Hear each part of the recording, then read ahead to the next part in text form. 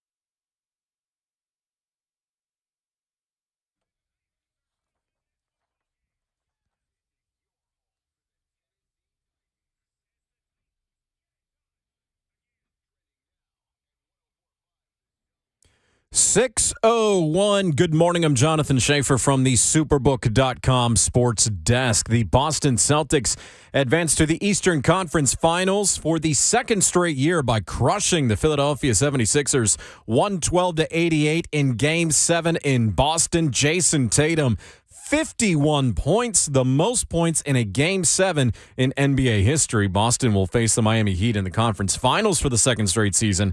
Game 1 Wednesday in Boston. The Memphis Grizzlies have suspended Ja Morant from all team activities after a social media video showed Morant holding a gun in that video. 2 months ago, the NBA suspended Morant over a similar incident. NHL, Golden Knights 5, Oilers 2. Vegas wins the series in 6 games, advances to the Western Conference Final to take on either Dallas or Seattle, who will play Game 7 tonight in the Lone Star State. Major League Baseball, Toronto beat Atlanta 6-5. The Blue Jays won on a 2-run walk-off single. College baseball, Tennessee fell to Kentucky on Sunday 10-0 to have their 11-game home winning streak and 9-game SEC home game winning streak snapped. Florida swept Vanderbilt and Gainesville over the weekend. For all your foundation repair and waterproofing needs, visit USSTN.com. Breaking news at once on your home for the Titans and the Vols. This is 104.5 The Zone.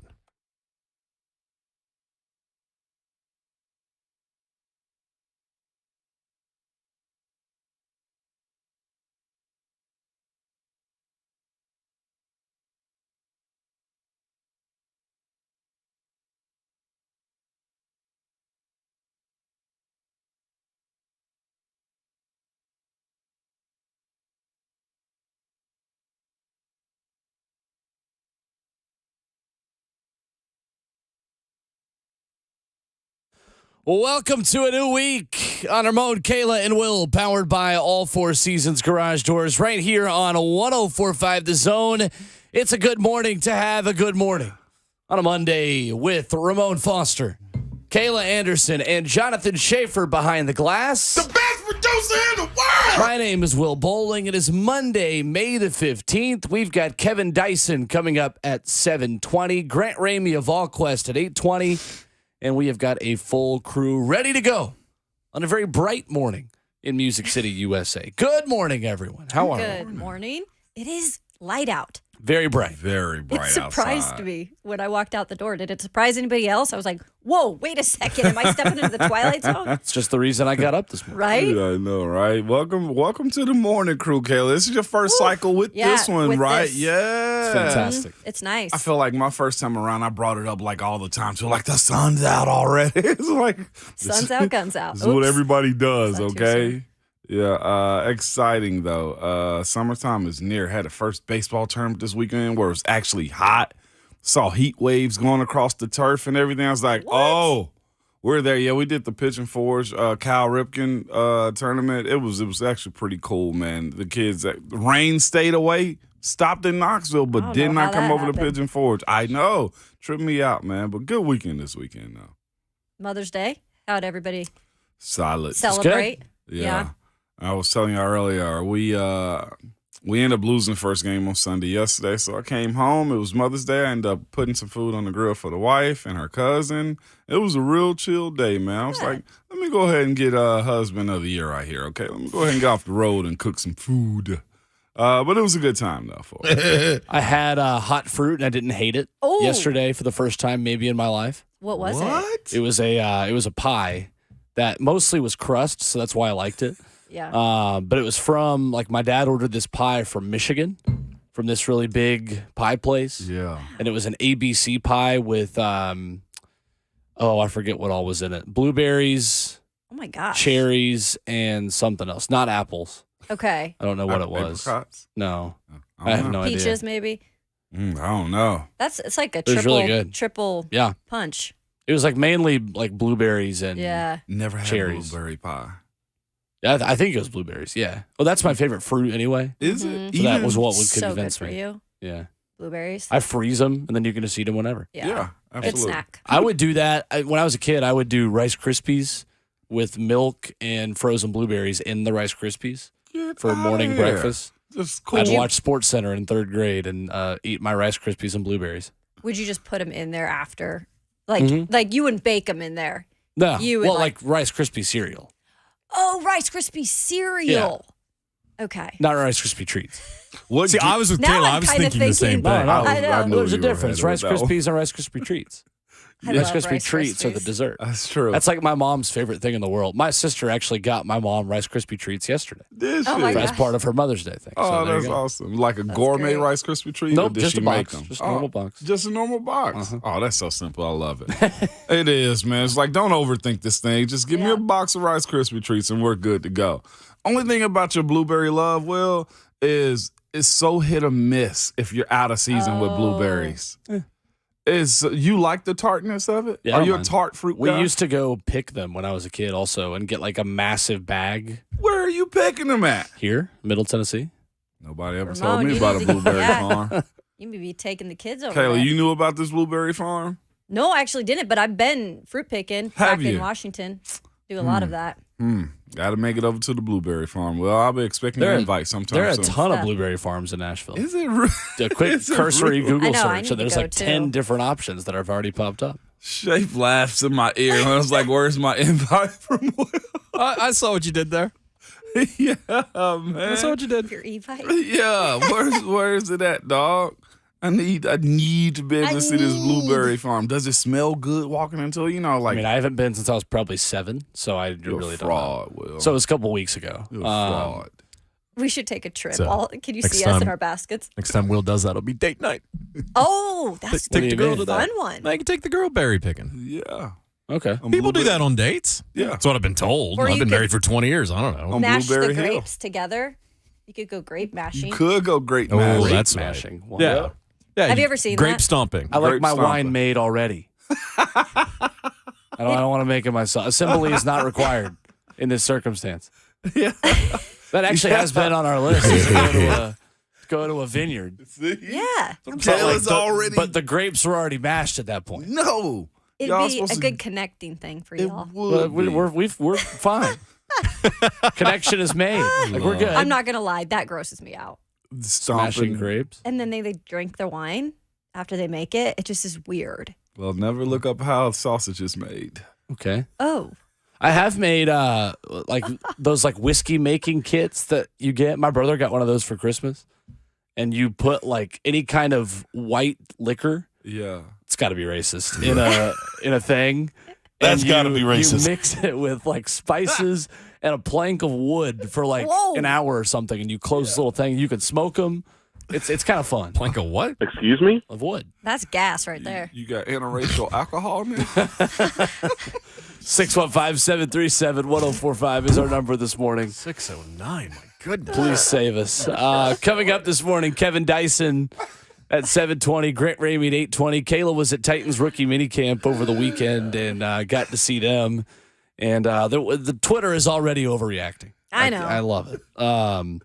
We do have a hint on where Peter Skronsky is already playing because Jim Wyatt and the Titans put out a picture of Peter Skronsky playing on the offensive line, and he was a guard. He was a guard. Yep. Yeah.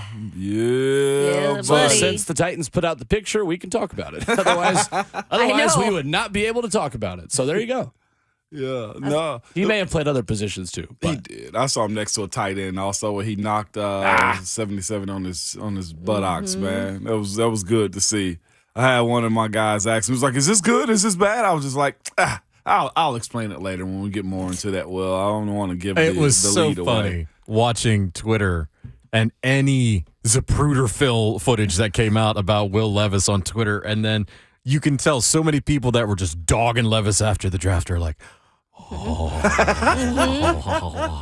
It was a little bit of that. oh, yeah. of course it was. Little Homer Simpson. Of course it Yeah. please don't ever make that noise again. Thank you so much. All right, thanks.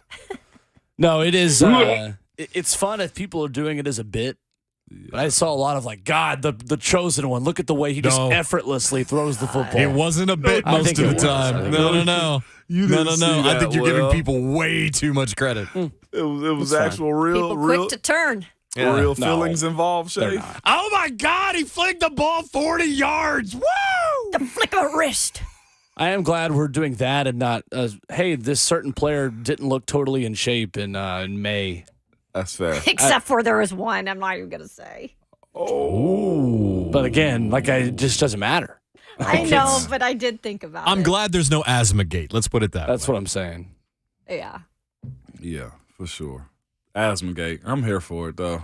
There was none of Nah, that. that was bad for Traylon last year, man. That was a bad scandal for him last year, and I hate that for him. And what we're gonna judge him by this year, also, how good of a shape are you in? supposed to be a I scandal. know it wasn't supposed to be a scandal, man. But you got to come in First here ready. rounder, all eyes on him. This team is starving, And man. the guy's trying to catch his breath all of a sudden. Come on, y'all. It was kind of dramatic. He's like on the sideline, and the trainer's running out with the asthma inhaler, and he's got ice on his neck. That's a serious business. Y'all, We've you one moved of y'all on. have asthma? Yeah, I You did do? You for did? a long time, and It's it was pretty bad. Is it? It Mhm. was. I collapsed in a race. Oh, Yeah, I had stopped running because of asthma oh man, for 10 years. I didn't realize It's a real it. deal for some people. Grew out of it, thank goodness. You just grow Grew out of it. Yeah. Oh wow, Kayla, that's Yep. fascinating to me. Yeah, I never had that. Me Not fun, either. guys. Well, you asked if either of y'all had it. I and, did, okay, yeah. so I yes, figured that's you a- didn't because you raced in college. Well, I figured as a poorly, kid, but I did. I know a lot of people that you weren't a poor runner in college. Yes, I Will. was. I was really He bad. was an injured runner in college. I was really bad. I was hurt the entire time. You're faster than me, so that's a win. Well, yeah, you're 5'2" slow. yeah, 5 there we no There go. we go. You hit people for a living at a very high level and made millions doing it. That's what I I'm know, saying. right? Well, like you're faster than me. That's a win. And he was going to want to We're be a gonna go NASCAR break. driver one day. You're the Dude. worst. Go to break. You can't even fit in the car. Dude, I what I want to fit said. in the car, man. I'm fitting in the car. I'm telling y'all. First kick on deck Determined. this week and NASCAR. Yeah, the only way you fit into the NASCAR is if they cut the door open. Look, Are there any other sports you want to make about you at 6:15 in the morning on a Monday? rugby. Ramon's just hanging out the Anything else? side. Yeah, my foot can reach the pedal. I was driving like Ricky Bobby. I would hope so. How far away are the pedals if you could barely reach them? Driving that car like Jim Carrey. Driving a man. monster truck? What's going on? Yeah, cut the doors off. You could fit into a monster truck. Yeah. That'd be fun. No, I'd be scared. Coming up next, the early connection Will Levis made at rookie minicamp over the weekend. Kayla's takeaways from what she saw, plus audio from the rookies and Mike Vrabel as they recap Saturday's practice. Coming up as we get started on a Monday morning edition. It's Ramon, Kayla, and Will, 104.5 The Zone.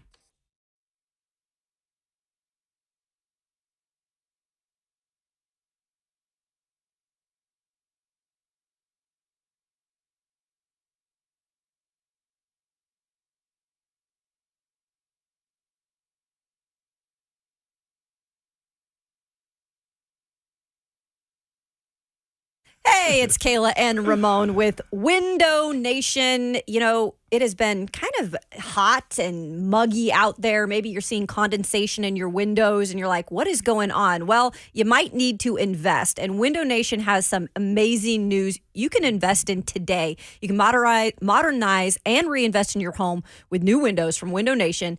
And they have their best deal of the year going on. You can get 0% financing for 5 years. It's pretty much unheard of.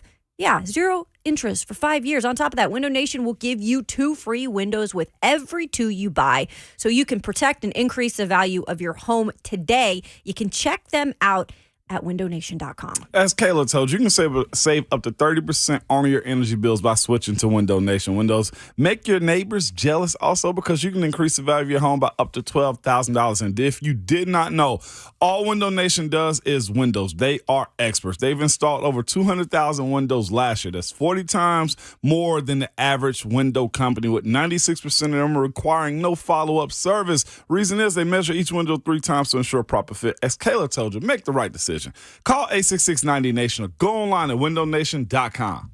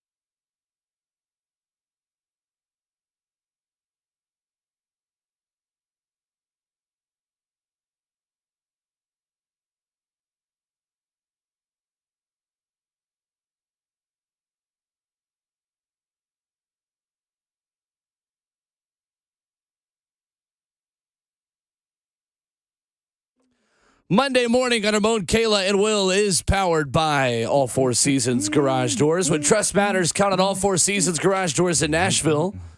Professional garage door installation and repair from a locally owned and family-run business.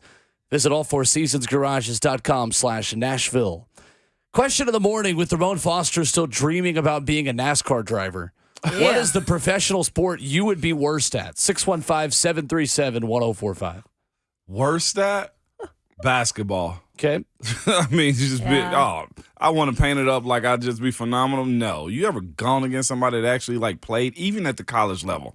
Big difference. I'd say tennis for me. Yeah. I hit the ball like I have no sense of like keeping it inside the lines. Sure. You know? For real? No. I've never actually. Travis gets mad when we play. He's like, Kayla, you've got to tone it down. How does that go when Travis tells you to Oh, it doesn't tone go it down? well. That's It doesn't go well. That's kind of what I thought. Hockey, I can't skate. Yeah. That's a good one. It's a difficult one. I can't skate. I tried. You're from a cold weather place. Yeah, but we didn't have any rinks. Okay. Okay. And anytime I wanted to do something like that, I'd hop on a snowmobile or something attached to a motor. Fair enough. It would be baseball for me. I can't hit. I could never hit when I was a kid. Okay. I could pitch. Mm-hmm. I actually was a decent pitcher, but I could not be Just able to couldn't hit. hit. Like You're a anything, lefty, though, any kind of like- fastball. I say And? that all the time to you. You could have been a phenomenal pitcher, probably. I mean, I wasn't Yeah. bad. He's got the I type. just chose running. Yeah, I mean, you probably hated. Well, no, I was gonna say you hated being outdoors. At least with running, you're moving I was around. always Baseball, outdoors. you sit around for a little while. Did you get bored with it? Is No, that what it was? I was just not as good. Okay. Wow. I didn't specialize because I wanted to. I specialized because I had to. Because I wasn't good enough at anything else to waste my time and take away from the one thing I was kind of good at. That's messed up, Will. We don't get you up out of there, man. Out of what? You were a I don't have any Get you out regrets. of there. Like, I'm you're fine a with it. state champion here, man, in the state of Tennessee, dog. 5 times. Don't you forget it. Look at, see? See what I'm saying? He's got the most rings in here out of all of us. Except, come on, like seriously. No, I just had good teammates at that point. Yeah. You got carried. That's Don't a be big that thing. way. Oh, no, There's only one Jalen Ramsey's pretty good at that track thing. That's very true. Sometimes you just got to be there, Will. Preach. We go to the phone, 615-737-1045, or Joey is in Cross Plains. Good morning, Joey. Morning, guys. Morning. So the question is, which sport would you be bad at? Can I pick all of them? Because, you got to kind of see to be able to do some stuff. But That's fair. with me, I knew it. I knew he was going to say For this. those just tuning in, Oh, I love that. Joey's awesome. I thought you was going to say like rifle marksman. oh my goodness. Ramon. What, biathlete? Joey said it. Thank you, Joey. God, Moan. Mo, stop. Right now. Well, Oh, my Or we're going to have a Dick gosh. Trickle moment like we did Friday. Oh, boy. well, the Stop. Titans had rookie minicamp Thank on you. Saturday, Thank you, Will. and we can give you our first impression Thank you, of Will. Will Levis to the Tennessee Titans rookies. Mike Vrabel had this to say when asked about the different positions that Peter Skronsky played over the weekend. Good mover, thick, sturdy. I think that he can handle the installation. He's been able to handle more than one position, and if we didn't feel like he could handle that, then we wouldn't do it. But certainly I wouldn't have a problem working him at either guard or tackle spot, and see where he progresses and see how he looks when everybody else gets here. So there is Mike Vrabel talking Saturday, middle of the day, about Peter Skronsky. What'd you see from him on Saturday? Yeah, I mean, first of all, a guy that's going to come in and, in my opinion, be able to contribute right away. This is a guy who gets it, right? Mm-hmm. And I know that we just heard from Vrabel, and he kind of was talking about exactly where he might fit in, and that's still going to play out. Skronsky, in my opinion, I think that unless Andre Dillard really whiffs it, and on his opportunity to start at left tackle, I really do see Skronsky playing inside, at least for right now to start the year. But I think what Mike Vrabel and the staff love about him is he is so versatile that if something happens and something happens with Dillard or situation that he's just not performing, they feel comfortable with being able to move him outside. And the one thing that Peter Skronsky said after rookie mini camp was he is still learning a little bit of the language, a little bit of the, what do you call it, Ramon? The offensive line lingo. Yeah, it's the different, verbiage. right? Yep, And the so calls. that's the one thing he's really putting a lot of time and effort into right now. Yep. But the guy is smart. I mean, he went to Northwestern. I think he'll be able to pick that up right away. But I think this is a guy that's ready to go, guys, from everything I saw. I mean, you don't see that kind of, I guess, crispness right away from a rookie. Yeah. Well, that's so it was the rookie class, and it was him, and the way he moved was a little bit different from everybody else. From what I saw this past weekend from the clips and conversations around him, you just got a football player.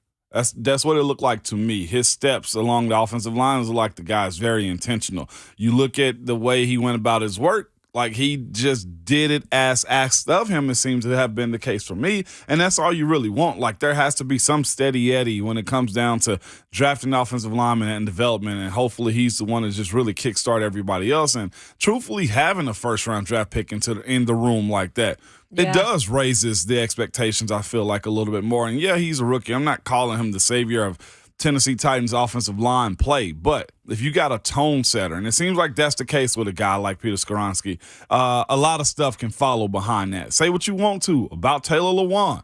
Taylor Aloysius Lewan, okay? The dude was a tone setter, right, Will? He brought an identity to this organization as far as the way it was played, and you got to appreciate about that. And it seems like Skoronski has a little bit of that in him right now, too. What kind of terminology were you learning in your first rookie minicamp? Yeah. Honestly, is correlating what I did in college to the NFL. So if we were running something to the right, what's the words I'm looking for? Like I would transfer my college offense in my mind to learn the NFL style of offense. The technique side of things, that's just the way coach is going to have to coach it up. Like that will change. But the verbiage, understanding which way numbers will go, like 2, if you calling something a 2, 32. That's a little bit different from college. Maybe it was just a letter in college or color in college. There's the way you can build an offense can be very complex, but you got to be able to get the simple part done. And it sounds like that's what Skoronski was trying to say this weekend. Yep. What were those calls like? Like what do you remember what a call was at Tennessee for like run right? It was just 24 gap. It's something we were running. But in the NFL, we will have brown jelly. Huh. What is brown jelly? Really? Brown jelly. Yes, brown. BR jelly. Why was that the call? Jelly belly on the inside. Oh my gosh. The belly of the offense. That is hilarious. So instead of saying brown belly, you would call it brown jelly. Yes. That's got to be racist. Oh God. Yeah. So that's something that you would do. Like a lot of teams don't like to use numbers. They just rather use code words. And then you would go from a different, like black cat is another one. Okay. Black cat to us was counter. Counter in my college offense was 37 gap. So when I call black cat, that means the right guard pulled down the left side of the line. But in college, it would be 37 gap. That's what you're transferring over right there, is that type of play in verbiage. Did you like that verbiage better than the college verbiage? Truthfully, it's all the same. Okay. Instead of saying 24, 25, if you do have code words, it is a whole lot easier. Yeah. Like, especially when you go no huddle, hey, brown, like jelly. Like, it'd be real simple in the verbiage. I have to bring some of my playbook notes in just so we can go through some stuff. That's cool. Fascinating. It's its own little world. That's the reason. Go ahead. It seems like your calls were simpler than the wide receivers, who would have to like wait through an entire call just to get their one route or their one. Like how much of that was scripted based on we have the name of a play that then you're gonna know what route you're running based on the play, or how much of it was like there's a name of a play for like the offensive lineman, but then we're gonna run through everyone's routes at the end of the call. So there we go right here. So here we go. Let's go trips right. And then play is stacked, honestly. The play is stacked throughout the entire call. Trips right. Yep. Formation right. Of course. Zig. Probably wide receiver going to the left. 67 Cadillac would be a call. Okay. I like that one. 67. Only part that matters to me is the 67. Yeah. That lets me know it's a 6-step drop back. Oh. Okay. Cadillac is the route tree that Yeah. they have built in already. Cadillac is its own route formation. So you can have a go, you can have a slant, you can have a drag. Makes sense. All within one code where trips let you know the formation, zig, moving the wide receiver across the formation to really undress the defense is what you're doing when you're having somebody zig or zagging. So that makes it easier than to call the same route trees, I would imagine, in different formations. There we go. Like you can be in 21 personnel. Yeah. And call Cadillac out of the I formation. And then somebody motions out. Sure. Understand it's a 6-step drop back, There you and go. boom, you're good to go. Like it really is complex, but it's super simple. I'm only listening to like 2 words. I'm listening to a 3, a 6, a 5, or 9. That's why you have selective hearing when I tell stories, is because you're only listening Yeah. to like 2 or 3 words. Right? You laugh, but that's exactly what it is. Well, that's exactly what it is. And left. And we would do something 550. I told you I heard Coach Haley's offense in the USFL. Uh-huh. Like I could tell. Wasn't it similar, you said? It was the exact same thing. Yeah. It was 557. 557 means slide right, screen going to the left. So how much PTSD do you get when you watch Wake Forest football? Oh, Well, don't take me down. gosh. Don't take me Is down that, that road. are those the same calls? Is that the same Oh offense? my God! It's a little different now It's a than it little was. different. Apparently, he's way complex. But most coaches don't deviate from what they actually are known Right. for. The bread and butter of who they are the same. That's what got them there. Like Greg Williams, like style Yeah, of defense. right. Like nothing's going to change. And that's so fascinating. I actually watched that USFL game, the Memphis Showboats, just to hear if Ty Haley was running the same type Yep. of offense. And it was very similar. The only was. pro football that city can get. 615-737-1045 is the number. Here is the NFL team in Tennessee is down the road. And Will Levis talked to the media on Saturday about the turnovers he had in college, the conversations he's had with the Titans coaching staff. Here's Will Levis. Yeah, definitely. I mean, that's the most fun part about the whole process is when they pull up the tape of your mistakes, you know. But it's always fun talking through those things. I mean, obviously going to tell them the truth, whether it was my fault or if there's other things that played into it. But at the end of the day, it's always on the quarterback. And I know that regardless of what happens, the only way I can gain the trust of him, of my teammates, of the fans, is just how I perform on the field. I think, Kayla, regardless of the way Will Levis performs in a Titans jersey, it's never going to be boring. Yeah, I think you're right, Will. And that's the takeaway I kind of got from the small amount of time we were able to talk with him and just watch him at practice. This is a guy who clearly that was a question about, Mike Vrabel going over his interceptions, the film in college, and something that we've all harped on. The fans have obviously seen something that made us kind of all scratch our heads and why he was being talked about so highly in the draft. But I love the fact that, first of all, he just owned up to it, right? Yeah. He was like, you know what? That's on me. And the only way I'm going to be able to prove myself is when I get out there on the field and show that I'm not going to be making those mistakes all the time. The attitude just with Will Levis overall, it's hard not to really like him in his at least your first impression with him, because Really? he takes responsibility. He's a good speaker. And you can tell he has that natural leader in him. Like, that's just how he is. And he's not like self-absorbed. Like, he's confident, but he's not like, I'm the Yeah. best thing out here. And I hope he wouldn't be because he's a rookie.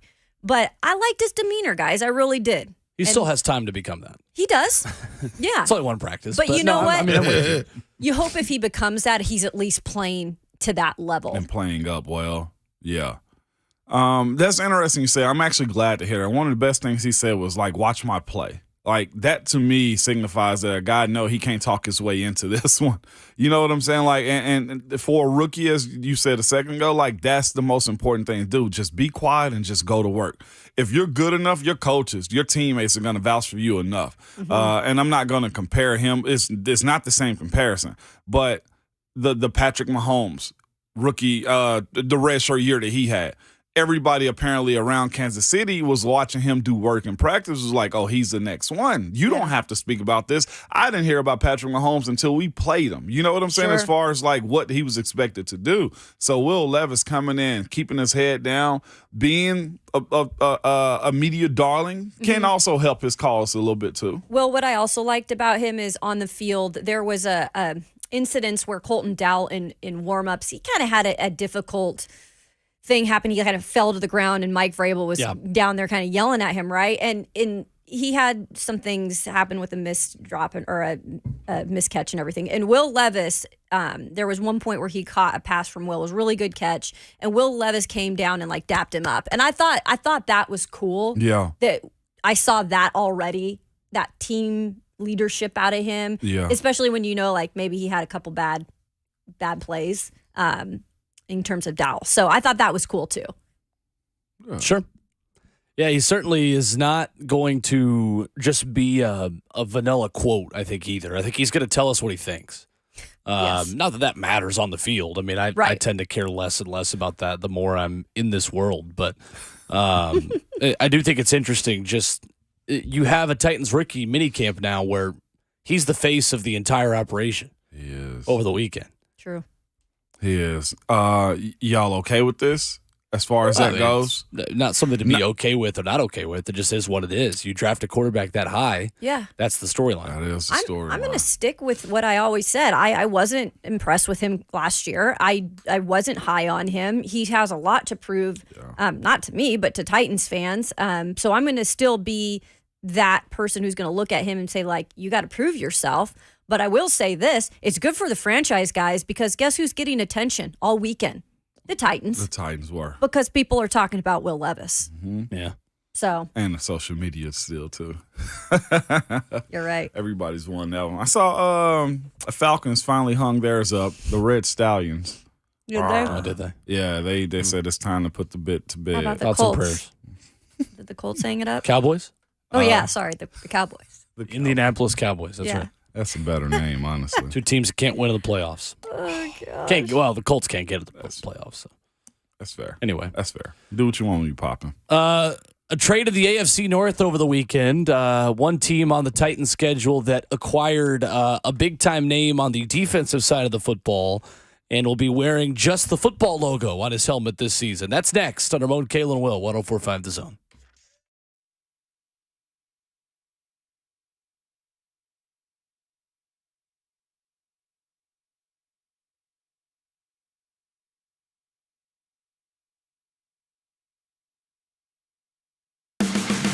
This is your Off the Track Racing Report, brought to you by Nissan of Rivergate. Byron brings home the checkered flag. William Byron benefited from a late race crash to win Sunday's Goodyear 400 at Darlington Raceway to become the NASCAR Cup Series' lone three-time winner this season. A lap 288 crash between Ross Chastain and Kyle Larson while battling for the lead gave Byron the opportunity to collect his 7th career victory. The wreck caused overtime as Byron outran Kevin Harvick in the final 2-lap dash. Byron's win is also the 100th career victory for the number 24 team. The Lady in Black, as Darlington Raceway is also known as, took its toll again with massive wrecks on laps 194 and 281. Up next on the Cup Series, All-Star Weekend at North Wilkesboro Speedway with heat races on Saturday and the All-Star Race on Sunday. This has been your Off the Track Racing Report, brought to you by Nissan of Rivergate. I'm Liz Allison, the Zone's NASCAR Insider. If there's one thing I know, it's cars. If you're in the market for a new car, let my friends at Nissan of Rivergate take care of you. I can assure you they will do that and give you the best care and the best prices in town. I know this because I've bought 2 cars from them myself. I have a Nissan Armada and love it. All the comforts of a car with all the extra space of an SUV. Nissan of Rivergate is located at 1550 Gallatin Pike North and online at nissanofrivergate.com.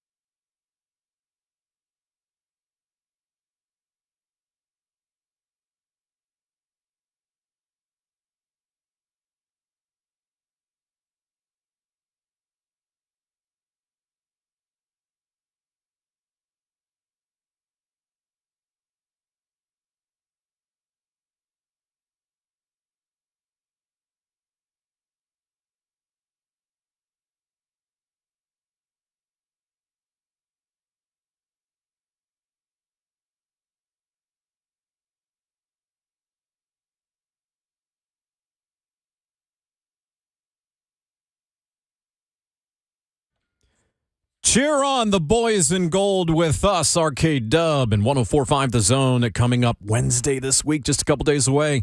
Get a 104.5 The Zone Nashville SC versus Inter Miami CF ticket bundle for just $35. Now, that ticket bundle includes a ticket to the match, a Nashville SC 104.5 The Zone Arcade Dub hat, a photo op on the pitch, and more. Listen to this show for more details or purchase your tickets today.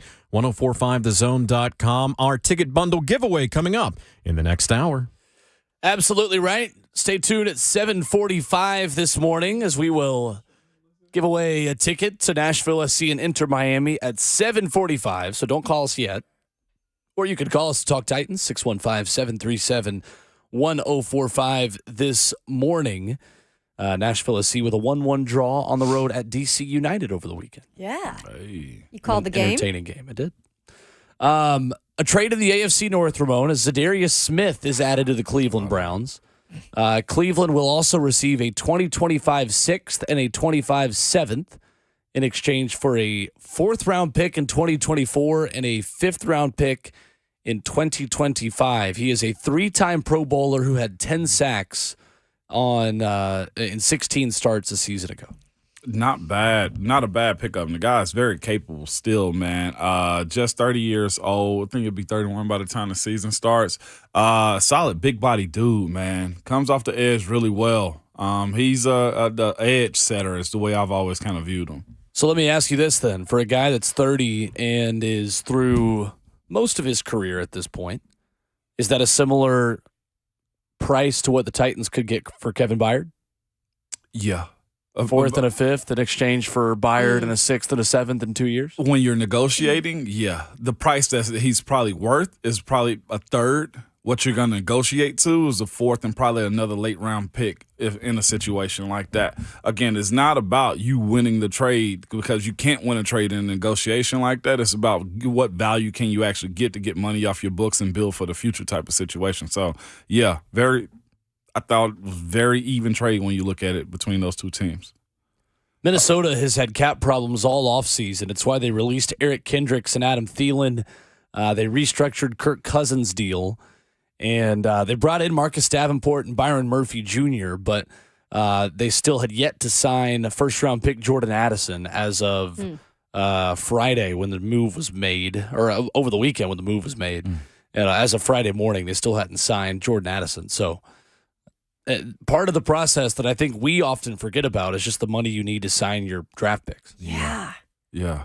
There's a whole lot of business to be had, too. And by the way, too, Zadarius had a few situations, I think, last year where he was about to sign, didn't sign, end up switching late to Minnesota, if I'm not mistaken, instead of going back to Green Bay. His free agency has been kind of weird almost in a sense. I'll say this. He's kind of controlling the narrative, though, because he continues to move and try to find himself on a contender. Are they still kind of trying to figure out the situation of Dalvin Cook, too? Because I feel like that's been somebody who's been talked about being moved. I saw that too this weekend. Which is going to be weird if that is the case because it's just that's what I know Dalvin is as a Viking, you know? I know. His money situation, again, for a running back. That's essentially what they're doing. And the conversation around him was they're going to try to make something work out for him, which is very surprising considering, teams just they'll ship you off with no say-so whatsoever. They said they're going to try to make it work for him to find him a good landing spot.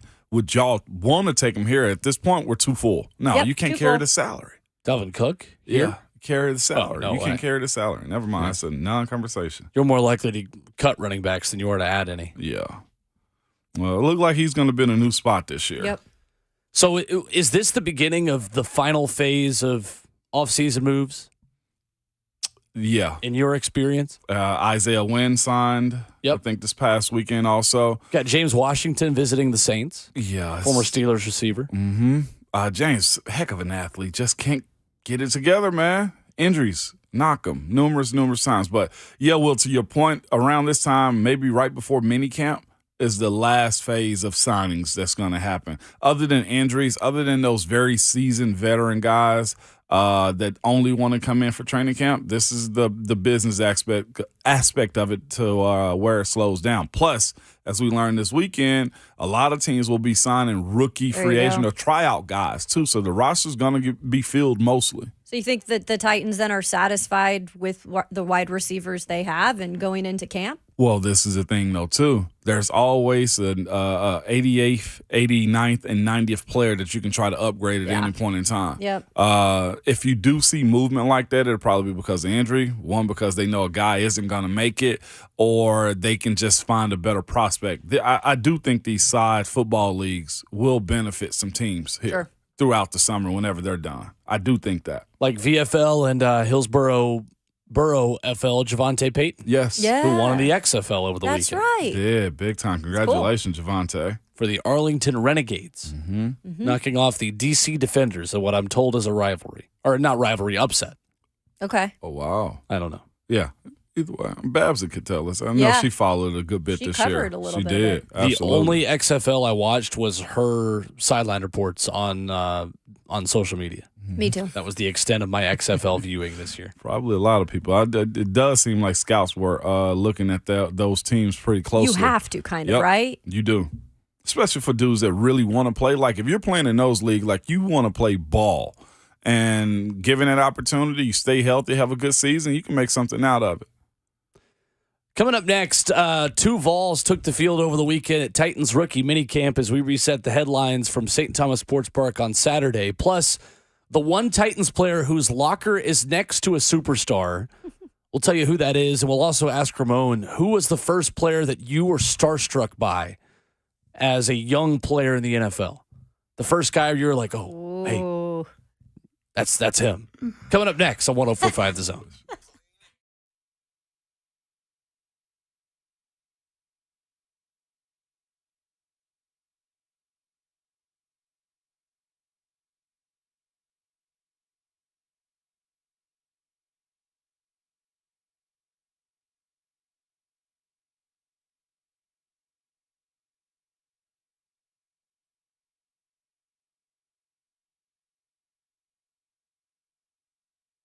Hey, it's Schaefer for Dickens Surf and Landscape Supply. It is Toro month for you because you can save big by heading to Dickens for their spring sales event going on right now. Save up to $300 off of select time cutter zero-turn mowers. Plus, get a 60-volt Max Flex Force battery blower or trimmer for $1 when you purchase a Titan, Titan Max, or Time Cutter zero-turn mower with your Toro card. Stop in today. Check out all the great deals and amazing financing offers during the Toro Spring Sales Event. Go where the pros go, Dickens Turf and Landscape Supply, because when you're looking for quality parts, products, and the best advice, visit your one-stop Toro shop, Dickens Turf and Landscape Supply. Now, Dickens is ready with all your fertilizers, seeds, pre-emergents, herbicides, everything you need to get your property ready and looking great this year. Locations in Nashville, Cool Springs, Bellevue, Murfreesboro, Brentwood Mower, Hendersonville, Mount Juliet, and Franklin. If you can't get a hold of them, check them out online, DickensSupply.com.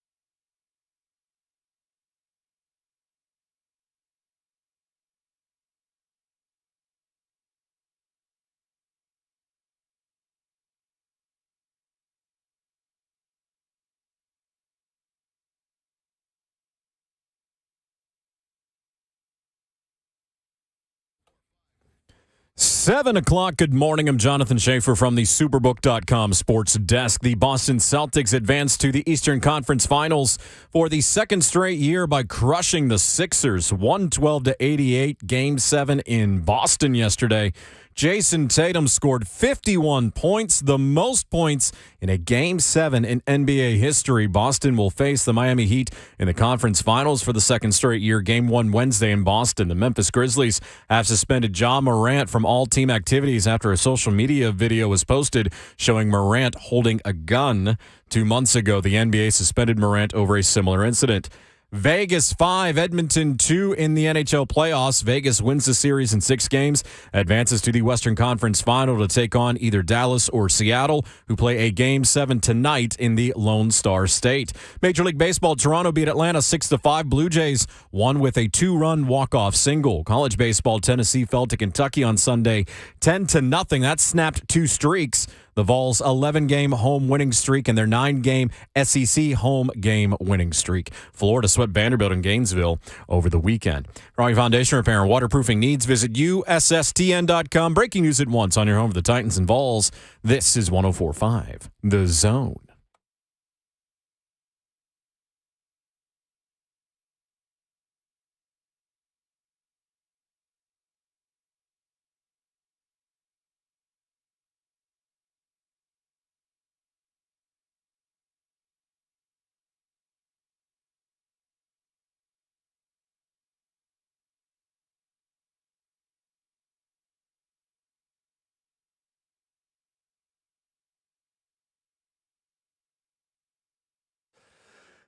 Happy Monday morning here in Music City, and welcome to Ramon, Kayla, and Will, powered by All Four Seasons Garage Doors.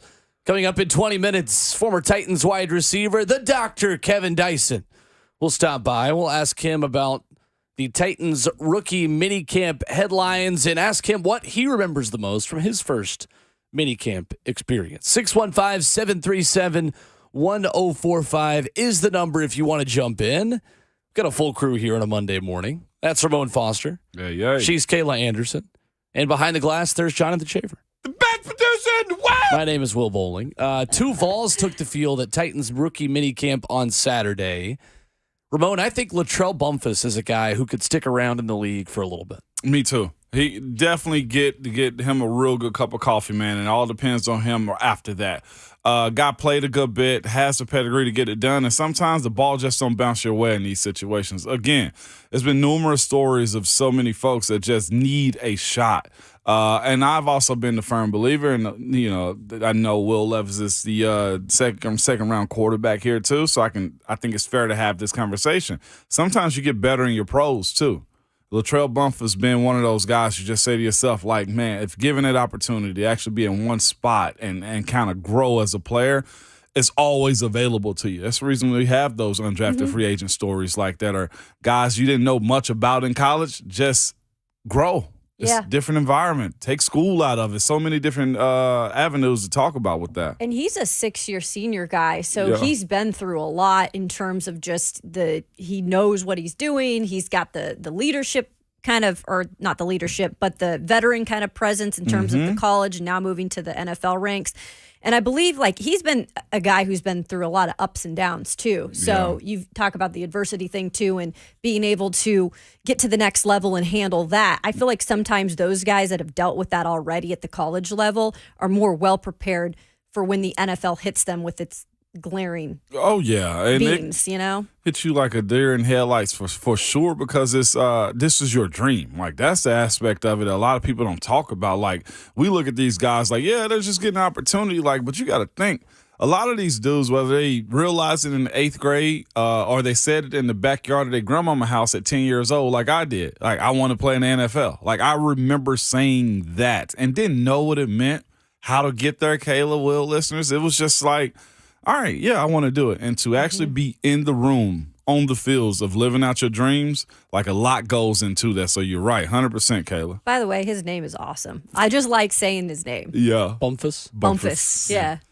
Bumpus. Ronnie Garner has had 33 defensive linemen drafted that he coached since he entered the defensive line coaching business in 1990. And Rodney Garner said about Latrell Bumpus earlier this season, I've said it many times, Latrell Bumpus is probably the greatest young man I've ever had the opportunity to coach. Man, he's a real dude. He's a man's man. If Rodney Garner calls you a man's man, you have my attention as a guy that could stick on an NFL roster. Yeah. Rodney Garner doesn't throw out man's man No. just to anybody. And here's the thing, too. They rotate a lot of guys in his system of play, too, right? Right. So that ability to shine, unless you're just him, like that guy that's got to be out there all the time, your snaps may not look like everybody else or guys that's on different teams and whatnot. But we know this about Rodney Garner, right? You're going to learn his system, you're going to develop an attitude, and you're going to play a certain type of way. Like if those things from college playing under Rodney Garner to the NFL for Latrell Bumpus, like that's the intangible side of it, right, Kayla? Yeah. That you just like going from college to pros. It's those small, minute things of just making plays because you were taught this way in college. You just never had the opportunity the same way you would right now. Is that what Rodney kind of expects out of his guys and going to the NFL level with somebody like Mike Vrabel? Do you feel like that's like the best case scenario that you could learn under a guy like Rodney to be prepared for a guy like Mike Vrabel who is intense in his own right? This is me not being coached by him, just being around guys that's been around that's been under his system. Is this: when you get one of his players, you're going to get a well-coached guy. And if you're a well-coached guy that can make plays, you have a better opportunity than most to make those plays at the next level. We had a guy in Pittsburgh, Coach Mitchell, was the same exact way. You're going to play my technique. You're going to play it well because even if you don't make it here, somebody's going to pick you up somewhere else. It is like a badge of honor to be coached by certain people. And it's just like Coach Cutcliffe with quarterbacks, right? Daniel Jones, the biggest conversation around him was, well, he was taught by the guy that taught Peyton and Eli and, right? So you get that benefit of the doubt if it does hit. So that's where I'm at with Coach Garner and Latrell Bumpus right now. Well, he was at Titans rookie minicamp on Saturday. Will Levis obviously was present. Peter Skronsky, a picture circulating on social media of him playing at guard. Mike Vrabel saying that they've played him a little bit of both positions. When he met with the media on Saturday. Paxton Brooks, the other Tennessee player, who was at rookie minicamp, the punter from South Carolina, who was a senior last season. That is one position, certainly, where the Titans are set. For all the question marks the Titans have, punter is not one of them, that's for sure. Let's just say, hope he keeps healthy. But to be fair, you must continue to bring guys in the challenge, too. The last thing you need is a guy getting comfortable thinking he's made it because those specialists, and I like to call them specialists, kicker, punters, and snappers, they have a weird mental quirk about them that you got to have some pressure and not let a guy get relaxed and because the next leg will be looking over your shoulder if you don't or you miss a few punts or extra points and field goals. And I joke about injuries, guys, but there's always a possibility of that. So just to know, you have to have your eyes on people. So if you do have to make a quick decision to bring somebody in, you kind of have seen some of these guys. Yeah, and then you don't want to be having your starter kicking the entire offseason either, True. Any wide receivers who caught your eye on Saturday? Ooh. Well, so I do want to start with Colton Dow because I feel like we are all under the impression, maybe I shouldn't say we, all. I am under the impression that they need to get the most out of this guy, even if he's a 7th round pick, because of that wide receiver room, because of the lack of, depth, I guess, there. I think they're expecting this guy to kind of step into a spot. Yeah. And I know that's a lot of pressure for a guy who's maybe a 7th round pick and a local guy who's getting a lot of love. But I will say this about Colton. He had a little bit of a rough start to practice, and I mentioned some of the things with him falling down after a drill, but he responded really well. And I thought that, when you saw him out there and being able to connect with Will Levis, I said specifically on the one catch where Will came over and dapped him up, he ended practice like that. And when we were able to talk to him afterwards, I really was impressed with the fact that, he could have dwelled on making the mistake early on in the drills, and he could have carried that into the portion where he was actually out there performing, but he didn't. Yeah. Instead, he responded from it. And I think that's what we got to see from Colton Dow moving forward is just he needs to improve. He needs to get better. He needs to realize that if you make a mistake, you're going to make mistakes. It's your rookie season. But I liked what I saw out of him. Yeah. He's a good size. I feel like that is somebody we need to continue to look out for. But if I'm going to actually talk about somebody who impressed me, guys, it's Josh Wiley. And I know he's not a wide receiver, but he was making plays like he was a wide receiver. It counts. Right? He counts, definitely. I think he's just so athletic for being, 6'5"? 6'5", yeah. 7. 6'7". Oh, yeah. And he's every bit of it, guys. I mean, seeing him up close, he towers over some of the O-linemen. Wow. And you wouldn't think maybe he'd be able to move that well, but I remember one catch, he adjusted and kind of turned back and made the grab over the defender, and the defender fell to the ground. Really? And I was like, dang. And you could kind of hear it from the media doing the same thing. And then towards the end of practice, he made a leaping grab over 2 defenders. And he's already got height, so he doesn't need to jump that high. But I swear he got off the ground pretty well for being a 6'7" guy. I was really impressed with the hands that I saw from Josh Wiley, at least early on. 6'6" and 5'8" to be exact. So Dang. 6'7". 6'7". Big guy, though. It's like me, 6'5" and 5'8". And he I'm sweats taking like a 6'6". pig, he says. Does he? He was, afterwards, he had the towel and he kept on wiping himself down. He might be good, guys, to have paired up with Chig. So Tajay Spears mentioned over the weekend that his locker is next to Derrick Henry's. Who was the locker next to yours when you were a rookie, Ramon? Next to me was do you remember? Willie Colon. Okay. Yeah, he was. I had a gap in between mine because the guy ended up getting cut. Other radio pro. Yeah. Broadcast guru, Willie Colon. Yeah, 100%. His was right next to mine. And like I said, I ended up having a gap right there. The guy that I was super intrigued by when I met, just starstruck, was Troy Polamalu. Oh, yeah, of course. He actually spoke to me. Really? Yeah.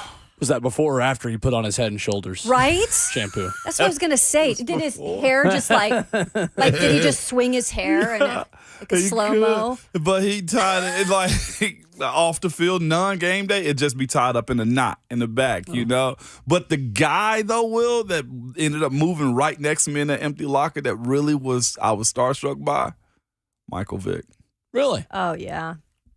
It was different. It was just different. You ever played with him on Madden when you were in college? I think that was it. There you go. I think because he was a cheat code on Madden 03 or 04? 04? No, I think it was 04. I think it was 04. Yeah. Just the presence, y'all. Like, I know he had his issues, right? Yeah, yeah. I know that. But watching that guy go to prison, come out of prison, become the player he was in Philly, and before that, the Atlanta phase of it too, it was Vic for me. It probably would be for me too. It was Vic. It was Madden 04 because you could use the playmaker controls and change the routes mid-play. Yeah. That's cool. And you could roll out with him. And it was like Bo Jackson Tecmo Bowl with Michael Vick in 04. That's pretty cool. Cheat code. Yeah. Absolutely. Well, we'll ask Kevin Dyson what he remembers most about his first minicamp experience coming up next, and ask him the question, too, of if a certain tight end is ready to essentially be wide receiver 2 for the Titans this season in Chig Okonkwo. Dr. Kevin Dyson joins us next. It's Ramon, Kalen, Will, 104.5 The Zone.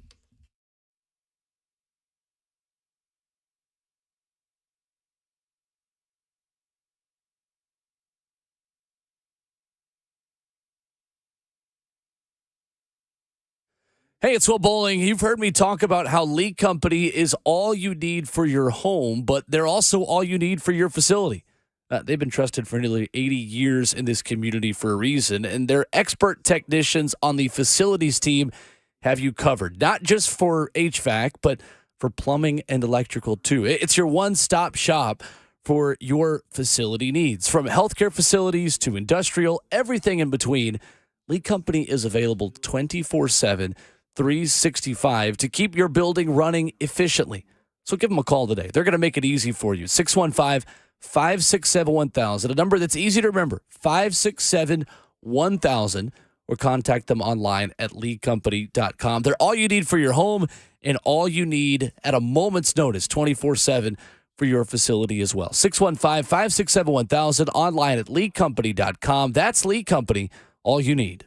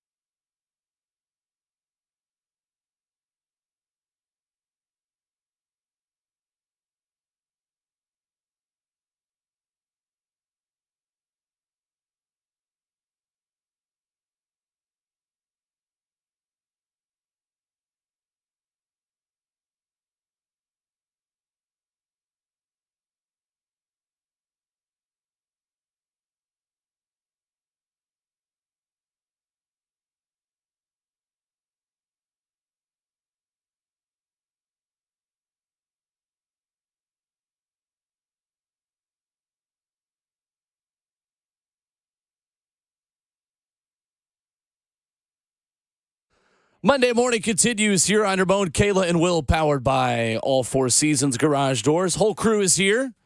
Ramon Foster, Kayla Anderson. I am Will Bowling. And on the Mark Spain Real Estate Hotline, the doctor is in. The one and only Kevin Dyson joining us this morning. What's up, Dr. Dyson? How are you?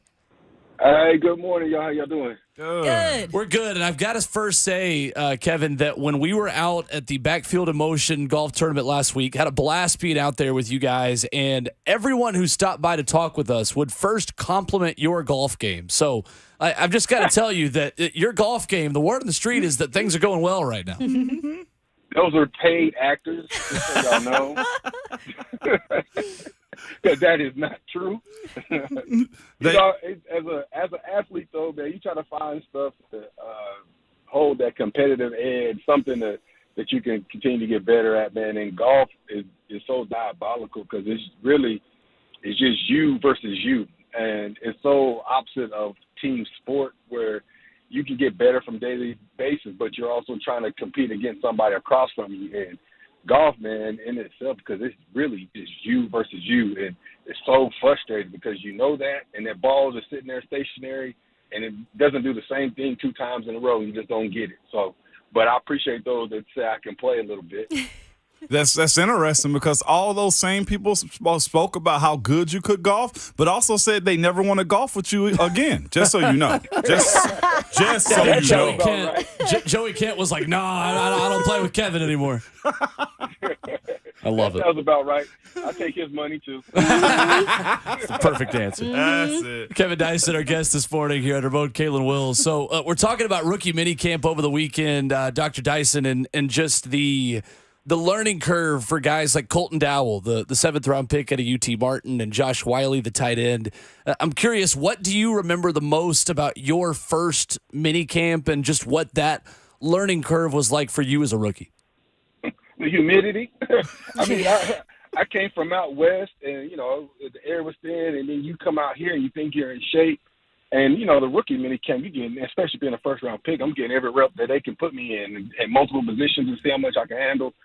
And it was so muggy and so hot that you almost lose sight of your assignments, man. I was so focused in on that heat and trying to make it through the practice and not look like I didn't deserve to be picked, that I almost looked like I didn't know what I was doing at times, man. It was just, I was dealing with the elements so much, and people, you know, fortunately right now it's not that hot right now, so they're getting a nice, cool weekend to compete. But that was one of the biggest things for me. Then it was, of course, that playbook.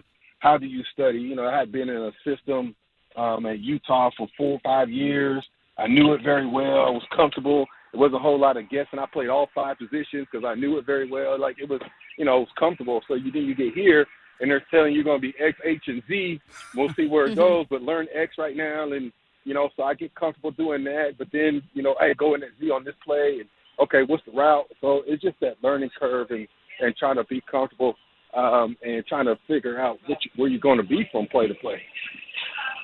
Doc, I was going to ask you this too. Speaking of, you know, getting that playbook, I know whenever we got our plays, I used to just listen for the number. That just let me know the protection and which way we were going. How much of the play call does a wide receiver, tight end have to hear? Do you cut it off after a certain amount of time too? Yeah, you know, we formation, then we got movement, and then you got your route combination. I don't listen to 50, 60 slide. I don't listen to, I mean, that's to a certain degree I listen to that. You know, sometimes you have a triple digit, you know, play action, something like that. But more often than not in the league, you know, we use a lot of names and codes and things as far as opposed to like numbers. Numbers are usually for runs and protection. So it becomes you're learning concepts and things of that nature as opposed to individual routes. You know, so, you know, you call Y hook. Well, you know, it's a hook concept. We have a hook on the backside. You have a skinny post on the front side or something to that effect. And so you just learn concepts as opposed to numbers. And, yeah, man, after a few verbal words, just tell me where I'm going, tell me if I'm moving, and I need to know the route, and that's it. It's fascinating. It seems like most playbooks are all the same because yours, the way you broke it down, sound exactly as ours was too. But I it's always fascinating to me because Gruden, right? I'm sure you saw that clip, has that call where it sounds like it's 20 words long. Did you Yeah, ever man. have a call like that? And like, is that style of offense unnecessary to call it like it's 30 seconds long? So, man, it's an interesting story. I went on a trip to Tampa, my free agent year, and Richard Mann was the receivers coach. I know Coach Mann. Yeah, and, you know, he was in Baltimore a long time. Love Rich. He coached me at the Senior Bowl. We had a good relationship throughout my career every time I see him. And we got into the room. We started going over their playbook. And it was wordy as heck. And I was just like, some of this is truly unnecessary. It's the same play as we just went over, but he called it 3 different things. And I didn't – and again, there's a method to the madness. I just wasn't there long enough to understand. But it seemed like there was too much going on. But I will say this, and I'm not trying to throw Coach Mann under the bus. He was like, man, I'm still learning this mess. So I knew it was wordy and it was long, but that was my only introduction to that. I had heard about it, and I heard a lot of guys, man, get out there thinking. And you know, as anything, man, if you're out there thinking instead of just doing your job, that makes you less effective. And I was like, it's going to take a minute to really study and learn this playbook. But I ended up not signing with them, ended up signing with Carolina. So it is what it is. One more from me, man. Speaking of just getting out there and performing, is it, on a weekend like last weekend, excusable for a rookie to come in and be a little winded? How do you view those type of situations? Because it happens. I've seen small skill guys, wide receivers, running backs, tight ends, fail the conditioning test, and the big boys pass with flying colors. Where are you at on the conditioning aspect of this time of the year and training camp? You know, and I think I said that at the beginning, man. I was not used to this weather in the South. It was a hot summer when I came. It was one of those. It was muggy. The temperature was in the 90s. I thought I was in great shape, but I got here and it was like breathing bricks. Truly, the atmosphere was completely different than what I had been used to being in the West Coast. You know, and I was thinking I'm coming from the Rocky Mountains, thin air. You know, I'm going to be in great shape. I was running like the wind. I didn't feel any effects when I was at home, but I came here and I thought I had run in 3 months. That's how I felt. My legs were heavy. My lungs were heavy. The air was so thick. I was sweating just for no daggone reason. I got out the shower, started sweating. I didn't understand it. Yeah, I didn't understand what was going on, but I felt like I was in shape. But then I was like, am I embarrassing myself all this time because these people don't think I'm not in shape? But I know I'm in shape. But after a while, I got acclimated, and, you know, truly it was in the training camp, we put the pads on, you go on 2-a-days, and it was pretty quick because then my cardiovascular kind of took over. Yeah. It was about getting used to the elements and to the humidity and the thickness of the air. And after I got used to that, I was fine. There's not as many times that we talk about a 7th-round pick than we have in the last couple of weeks, just for the fact that Colton Dowell is kind of a local kid, went to UT Martin, a smaller school. And I think with the wide receiver room lacking depth, maybe we kind of assume he might be a guy that can contribute from the get-go. Is that putting too much pressure on a guy like that, or is that maybe realistic in what they expect? I appreciate that question because he's one of the ones I'm kind of interested to see how he progresses through training camp, see the narrative that's shared about him because you're hearing that. Yep. I think just from the intangibles, from his numbers, his height, weight, speed presents some just like a potential contributor early. I mean, you don't have a guy that size with that kind of speed and ability that typically them numbers are upper first, second, third round, right? So what is it that put him down into that later rounds, maybe into free agency, but he was fortunate enough to be picked. And so I look at that and I'm thinking, okay, so now it's his mentals, as we were talking about. Can he pick up that playbook? Can he pick up everything they're throwing at him? His conditioning. Is he able to get off the jam and get great separation? And can he make those plays in tight quarters? Because, in NFL, open in the NFL completely different open in college and completely different in high school. Open is really, I got about an inch or two of sunlight between me and that defender, and I got to make this catch. And how often does he make those tough catches with guys hanging on him and things of that nature to contribute? And again, I think that locker room is starving for a consistent vertical threat now. And I think he can add to that. Him and Westbrook and Keenan, I think guys are going to have to be, and I'm not saying they got to be blazers and run by people to be a vertical threat, but if you can make those 50-50 grabs and tough catches, you can be pretty substantial and be known as a vertical threat. And I think him and Nicholas, they're going to have to do that this year.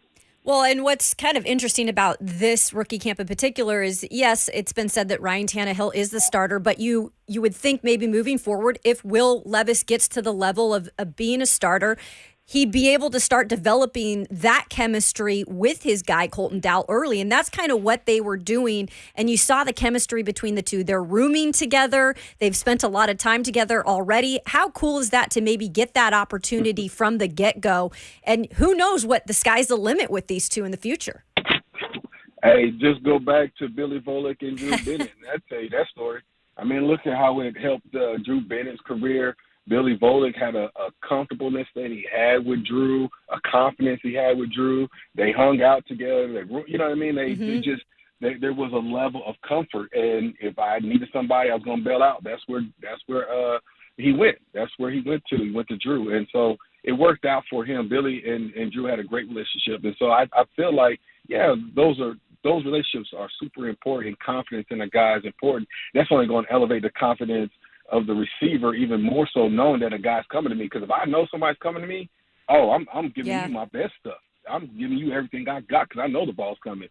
So then that elevates the level of confidence from a receiver standpoint. So that's good to hear. You know, again, I hate this narrative because we still got to let it play out. And I'm always going to advocate for a veteran because I think you can't replace that veteran leadership and the experience from a veteran who's seen and done it all. However, I don't understand as you get older, everybody gets younger, and you got to see that talent through. I think a lot of times in the NFL, this is just my opinion, we rush guys to be stars. Yes. And I think sometimes you just got to let a guy sit back and develop and see what he ends up being. And especially at quarterback, we've kind of gone away from that. You know, especially you spend a lot of draft capital first, second, third pick, or even in the middle of the first rounds, and we say, well, we drafted him, we got to see what he can do, as opposed to letting him develop and playing him in spots, playing him in situations, give him stuff that he can be familiar with, and then progressing him along. But because not everybody's going to be Trevor Lawrence or Andrew Luck, or I'm thinking of even Peyton Manning struggled, but ended up being a Hall of Famer when they started from day one. It's just, not everybody's like that. And you got to make sure if your guy is not like that you put him in a situation to be the most successful. If not, it's going to be what they say a bust, and that's unfortunate. Kevin Dyson, our guest this morning on Ramon, Kayla, and Will. And at the wide receiver position, Kevin, there's an expectation for Traylon Burks to come in and immediately replace the guy who was traded away when he was drafted in A.J. Brown. Kind of using that same line of thinking for wide receivers, if the expectation for Traylon isn't 1,000 yards, double-digit touchdowns, whatever that big expectation is, what is a fair expectation for that guy this season as the Titans wide receiver one? I don't necessarily think that's underestimating. I think you still look for him to be a 1,000-yard receiver. I think it's all about scheme and how to utilize his skill set. I think what we understand now is he has a different skill set than A.J. Brown did. I think A.J. is a total package, really. He's a route runner / vertical threat guy who catches ball in traffic, very strong hands. Traylon has strong hands, catches ball in traffic well, but he's not quite the vertical threat that A.J. Brown is, but he definitely has a skill set. So I don't necessarily think he's not a 1,000-yard receiver. I think he's more of a volume receiver, maybe something along the lines of like a Welker. You have like a 90 catches for right at about 1,000 yards, average about 11, 12 yards a catch. That might be more right now than where he's at, and he'll catch you vertically from time to time and scheme. He'll win some jump balls. I think there's a big jump from year one to year two from an understanding the league, preparation, week-to-week preparation, managing your health, managing your how you practice full speed versus when I can take all those different things, those nuances of being a rookie to a veteran that you get from year one to year two. I think he's going to have a lot of success. Now, health aside, we saw that last year. You've got to stay healthy because that's going to be crucial. to his production as well, and that consistency and be able to get into a rhythm. But I don't think that's outside the realm of expectation to maybe have him in that 900 to 1,000 yard receiving yard expectation. So we were talking earlier, Kevin, about Tajay Spears, the rookie running back, having his locker next to Derrick Henry's. Who was the first player you remember being a little starstruck by in the locker room? Like, was there one big star that was their locker was next to yours that kind of intimidated you a little bit? Well, I don't, they weren't next to me, but I was a guy who kind of appreciated everybody and their superstardom, if you will. But Steve McNair, Eddie George, and Bruce Matthews on the offense side of the ball. And then, of course, I remember watching Willie Davis in the SC game, championship game with the Chiefs, and then, of course, Yancey Thigpen. I just got done and watching play.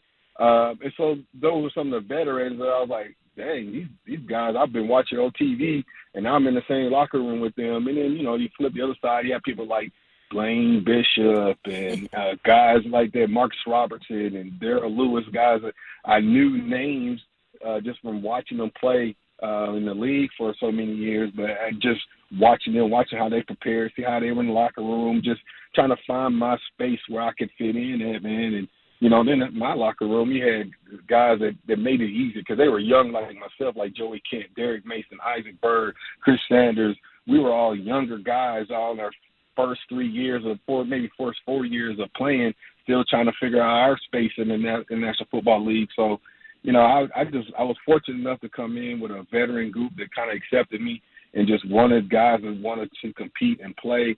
And so, yeah, man, just watching them prepare every day, man, it was fun to see and see how they were on a daily basis and just see how much they just care for one another and just have fun. Kevin Dyson has been our guest here this morning on Ramon, Kayla, and Will at KT Dyson87, where you can find him on Twitter. Dr. Dyson, we always appreciate it. Thank you, sir.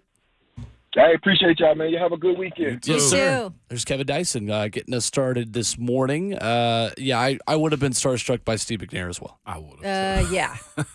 Absolutely. I would have, too. Coming up next, your chance to head to Geodis Park with us on Wednesday. We will give you the cue to call after the break if you would like to see the Boys in Gold take on Inter Miami and get a Nashville SC RKW hat in the process. We'll tell you about that. We'll also give you our daily MLS trivia fun fact of the day. 2 questions today on Nashville SC history with Ramon Foster and Kayla Anderson. Next on 104.5 The Zone.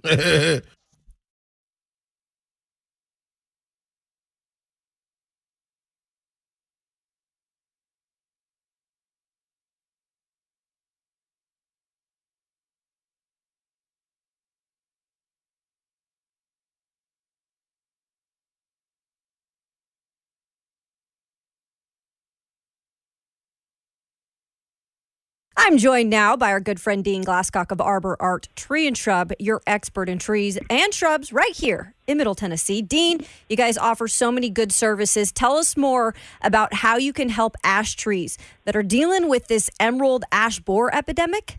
Been around for about 4 or 5 years now showing evidence, but it's really starting to show its ugly face. And all the listeners out there, you know that we know trees. We've been around 29 years. 615-299-9999 is an easy number to remember. If you have questions, if you don't know you have ash trees in your yard or not, you're going to start finding out because they will die. It's a 100% mortality rate. I'm sure you're going to start seeing them as you drive down the road, and you'll start noticing a lot of dead trees. And this insect is a big killer for the ash trees. So we want to hear from you, 615-299-9999. We can help you manage this so you don't have to cut every tree down, but we can treat them. There's things we can do these days to help them out. So give us a call, 615-299-9999. I sure appreciate it. We want the opportunity to serve you if we can. They will take care of you. 29 years of experience, Arbor Art Tree and Shrub. Check them out online at arborart.net or call them at 615-299-9999. That's Arbor Art Tree and Shrub.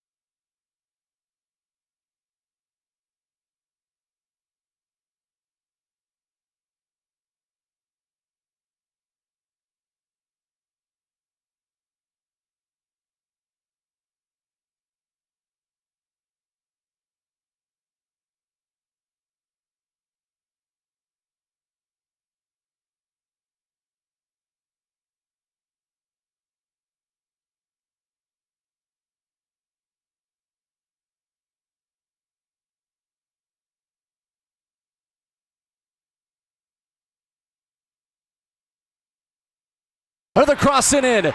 Miller pokes it away, and it's off of Alex Wheeling in. How did that happen? The New York man is in a Nashville state of mind tonight in the nation's capital. Tyler Miller poked it right off of him. And in the 73rd minute, it's Nashville 1, DC United 0. That's how it sounded on 104.5 The Zone over the weekend as Nashville took a lead in the nation's capital. They take away a point from DC United, and we give away tickets. Yeah. To Wednesday night's game against Inter Miami, just 2 days away, and your chance to head there here right now on Ramon, Kayla, and Will. Be caller number 10 in honor of MVP Hani Mukhtar, who wears number 10, to win a 104.5 The Zone Nashville SC ticket bundle. And join us, Ramon, Kayla, and Will, as Nashville Soccer Club takes on Inter Miami Wednesday, May the 17th. That's coming up quickly. The ticket bundle includes a ticket to the match, a Nashville SC and RKW branded hat, and you're going to get a picture with us on the field after the game as well. 615-737-1045 is the number. That is 615-737-1045. Caller number 10 heads to Geodis Park with us on Wednesday. And many of you are already calling in, and we'll see who the lucky winner is in just a moment. They are lining up. Let's go. There we go. Should be a good time. Kayla, you checked the forecast already, too? Yeah, guys, it's like going to be 80. I mean, obviously a little bit cooler at that point, but no rain in the forecast, so I think we're going to have clear skies, y'all. Man, Love it is your weather for the week. Was that good, guys? That was good. I thought that was very fair, Kayla. Yes. So trivia time for Kayla and Ramon. Okay. Jonathan Schaefer will know both of these questions. All right. This is all Nashville SC related trivia today on the history of the boys in gold. Okay. Ramon's, That's fair. Ramon's grimacing I like already. that. 'Cause am. I've covered the team. Nashville SC's first ever win came against which Western Conference team? Was it LA Galaxy, FC Dallas, Portland Timbers, or Colorado Rapids? It was on the road, I believe. Colorado Rapids. All right. FC Dallas.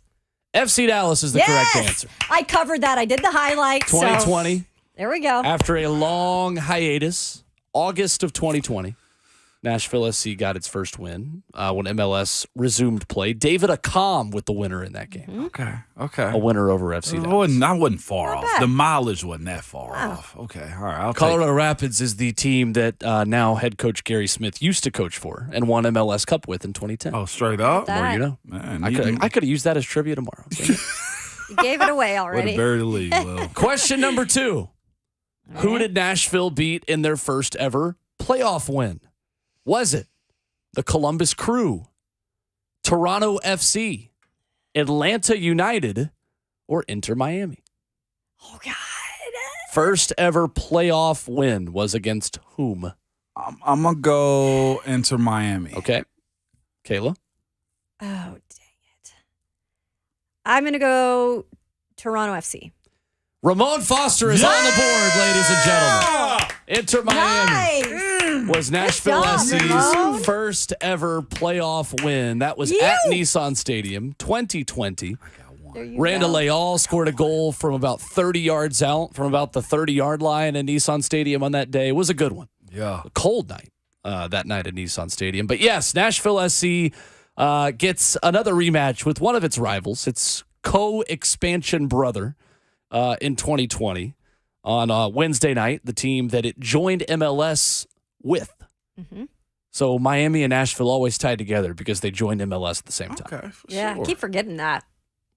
I wonder who's been more successful. Nashville. Yeah. Without that's question. what I'm saying. Not That's even, what I'm not even saying. close. Nashville is one of 4 expansion teams to make the playoffs in each of their first 3 seasons. Yeah, that's pretty impressive. Awesome right there.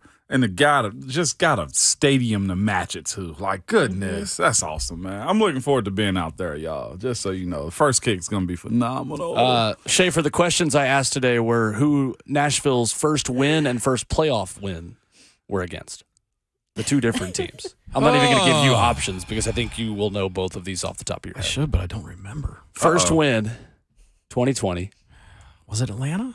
Or It's not Atlanta. Okay. Who was it after? FC Dallas when they played that 3-game series against FC Dallas. Yeah, I just don't remember that. Okay. And like I was there for the playoff game, and I'm blanking on it completely. The team we're seeing Wednesday night. Let's go. Oh, okay. Yep. Who are we seeing Wednesday night? I don't remember. Inter Miami Club de Football. Oh, yeah. Okay.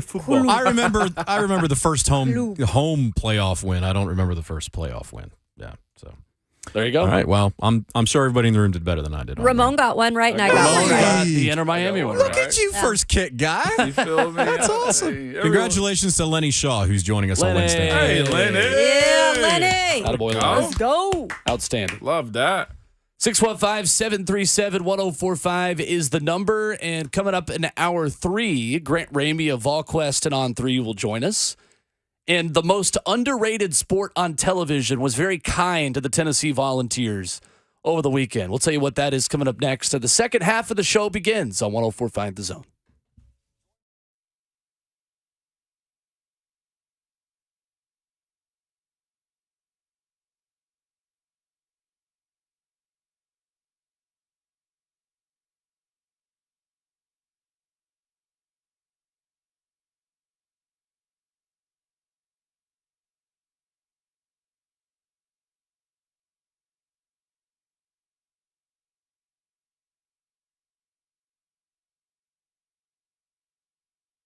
When Two Rivers Ford opened the doors 40 years ago, they made it their mission to sell vehicles for the best price possible, and that promise has been kept for 4 decades. Two Rivers Ford sells all their new non-specialty Fords well below MSRP, and they have great financing rates too, like 2.9% for 60 months right now on the Explorer and Expedition.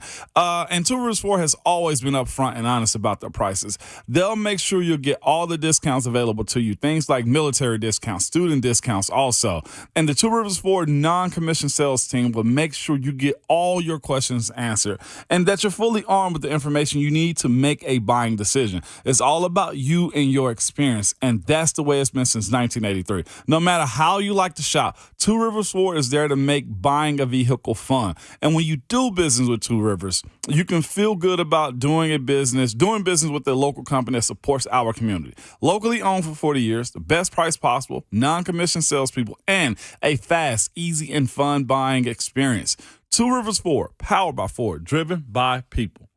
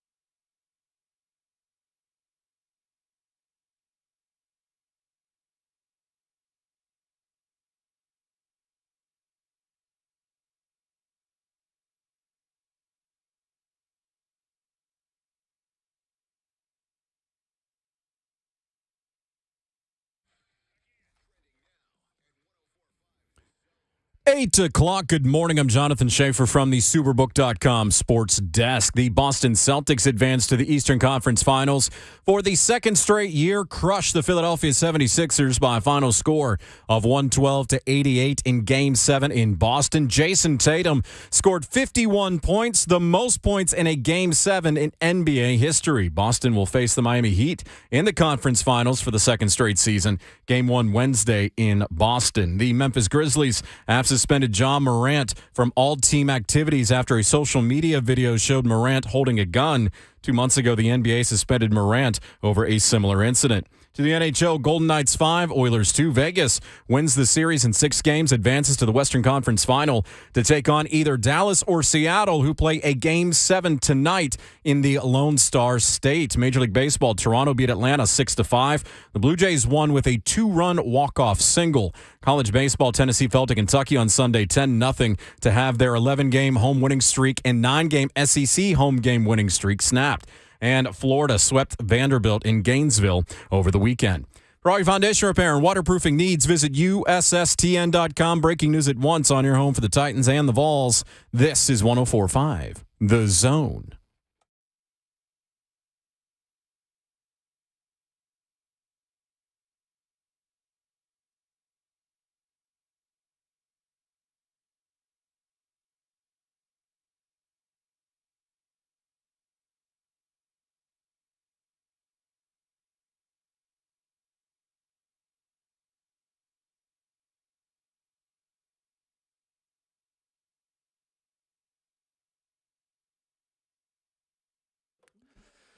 Second half of the show getting started on a Monday morning and a beautiful morning in Music City, USA.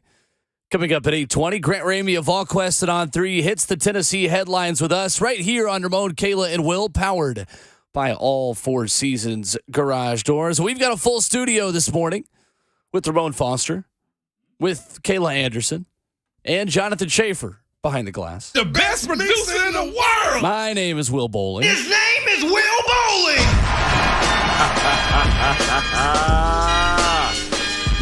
Yeah! And this is the music over the weekend for a Tennessee athletic department that took home another SEC championship. Wow. On what I think is still the most underrated sport on television, the Tennessee Lady Volunteers became the 13th regular season champion to win the SEC softball tournament, and it was appointment television for me on Saturday. I'm not going to lie to you. Oh, yeah? It's a great sport. It's entertaining. It is entertaining, man. I'm with you, Kayla. Great sport. I don't understand why it's underrated, but goodness, absolutely love watching them do work, man. It's fast. That's why it's underrated. Yeah. These girls are, incredible too, especially when you have a pitcher that can just dominate. It's so impressive to watch. And they pitch like the whole game. Yeah. I'll tell you this, and this is, I hope it sounds awesome, good when I say it, but I love softball, though, because softball, to me, like, everybody can play softball that wants to.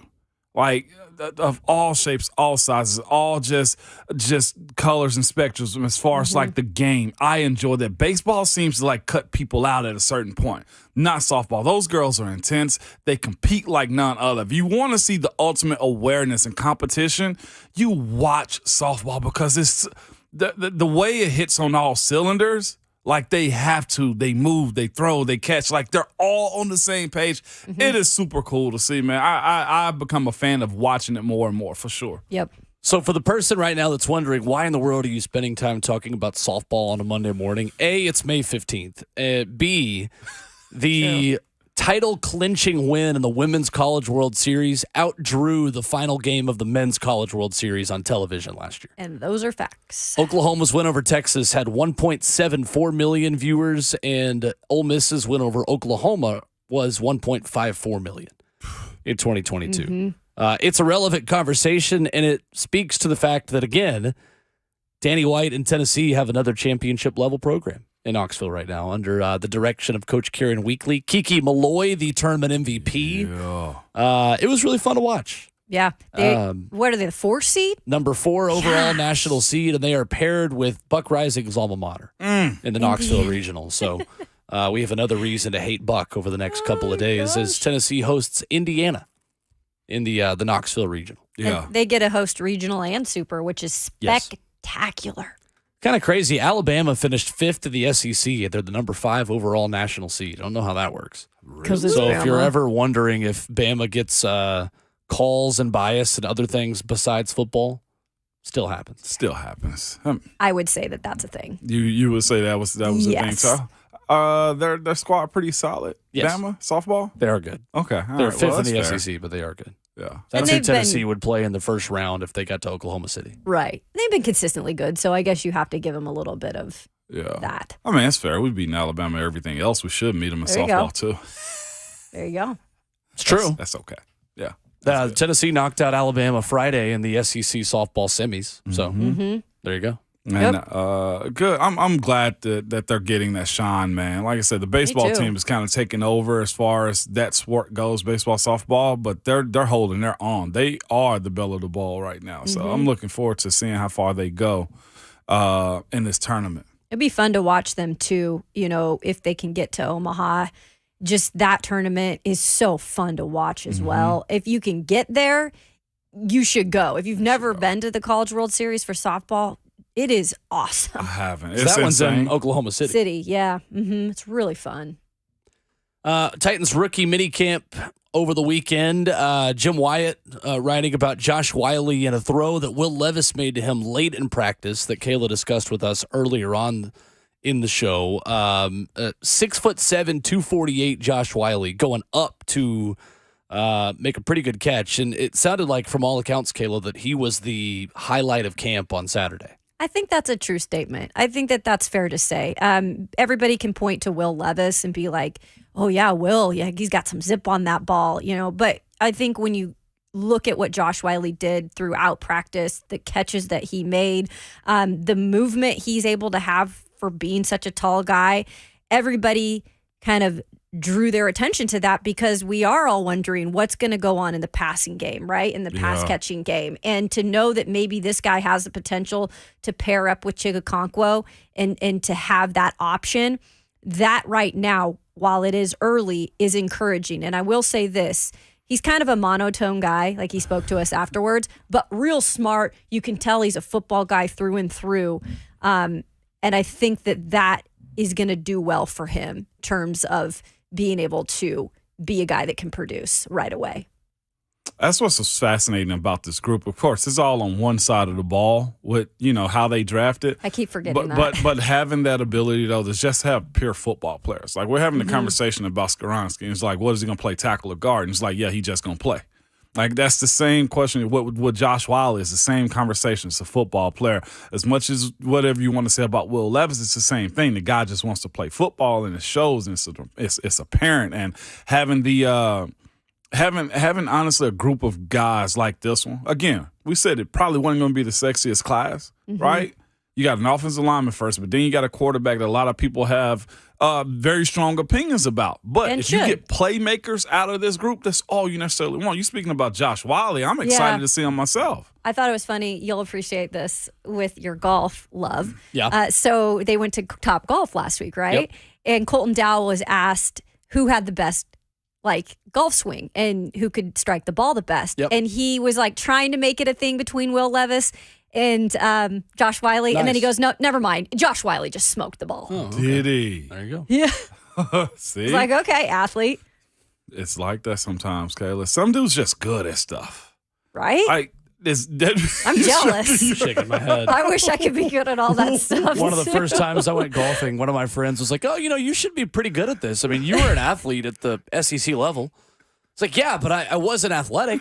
I just showed up to practice for 7 straight years and got decent at something, and they just kept doing it. They just kept on asking me to come back. That's the extent of my college athletic career. You had that sick look on your face like, Ramon, this doesn't apply to me. No, it doesn't. Not that it has to apply to me. It's not all about me, but I'm shaking my head because there are guys who will just step into a sport they've never done like my roommate, we play slow pitch softball every summer. Yeah. Just smoking the ball. I'm like, wow, Yeah. you didn't even play baseball growing up. How are you so good at this? I kind of want to do I'm this jealous. now. Can we do a league? I want to Softball? I think that'd be so fun. It's the commitment that's going to get us I all. We know. can't. We can only do like 2 nights in a week, and it would be Fridays or Saturdays. Right. And Ramon's always got Ramon's baseball, busy. and I've I always know. got soccer. I know. Because we can't do weeknights, because I'm then just- we're going to be up at 10 o'clock and then back in here at 6 in the morning the next day. Yeah.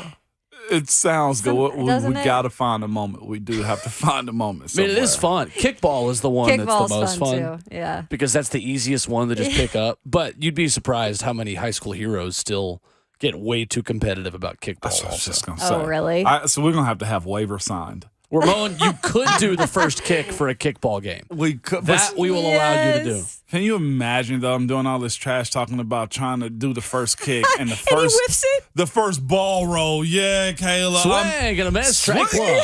Man. Will can be doing the Just a bit commentary. outside. That's ball one. I'll be the cheerleader. I would hate Will if he just a swing and a miss from the big fella, and I'd be like, you know what? I don't want to do this anymore, Will. You kind of hate me already sometimes. So. No, that's from a good place. I would hate you for calling me. I was like, swing and a miss from the professional. And he's on his back, folks. So that's always really awkward as a broadcaster doing smaller games as you work your way up through broadcasting. Why is that? And there was one game in particular. I'm not going to name names here. Uh-oh. But I was doing a baseball game where everyone in the stadium probably could hear me. And when a guy comes to the plate with like a 150 batting average, and you're like, this guy could probably hear me right now. Like he's stepping into the box. It's like, and here comes Johnson, the shortstop, the 7th batter in the order. He's a career 132 hitter with 1 home run. He struck out 3 times yesterday in game 1 of the series as there's a strike in the outside corner. And you're just like, buddy, I'm sorry. You want to give like a mute your mic, like, hey, I'm sorry. I kind of have to give the context. You're not good at this. Maybe find another sport to play. As Johnson takes a pitch outside again, that's 0-2. And by the time you're done telling a story about his batting average and his 4 strikeouts, and there's on the outside corner again, strike 3. That's 3 fastballs right by Johnson, and there's 2 away in the bottom of the 3rd. So, was his name? Nathaniel! Yeah, there's Nathaniel Johnson, the shortstop. Bottom of the batting order here tonight as somebody leads 3-2. I can hear that being the case, Oh, though. God, because The good thing is it doesn't last long. He's gone. he gone. He gone. That's what she said. The only thing I remember is when I was in minor league baseball, the worst umpires in the league were the ones that would all get fast-tracked to Major League Baseball now. For real. Like Jose Navas. I am going to name names on that one. Wherever Jose Navas is this morning, I Wait, hope he's now I'm having a looking it up. terrible day. Catching strays. Jose, I'm looking up Jose Navas. Jose, can you see a different line of work? Because I have no interest in you being an umpire at the Major League level. He was the worst umpire in the Southern League when I was with the Smokies. And then now, anytime you see a viral clip of like umpire makes terrible call in Major League Baseball games, it's always Jose Navas. Oh, and he just ejected somebody recently. There you yeah, go. yeah, here we go. Oh, was that the one he got? The guy got ejected for clapping? I think was so. that Jose Navas? That was Jose Navas. Of course it was. Worst umpire. I'm telling you. MILB. He's in the minors. I didn't even plan this. Memphis Redbirds. Red. Well, I just again- called you Red. You are the one Will. who not. You just called me by your dog's I name? did. Yes, you well, I did. was looking Kayla. at Redbirds. Will Redbirds. Red Memphis Bowler. Redbirds. What's up, Red? By the way- I got called the dog's name growing up sometimes too. It's fine. That was he's named after Morgan Freeman's character in Shawshank Who Redemption. is? Red. Your dog. Oh, your dog. Oh, okay. Well, Will, you're locked up with us Yeah. now. I'm named after a dog. It's fine. You But know yes, your Jose name, Navas is That's the worst pretty funny. umpire He's in still baseball. umping. You Red Deuce.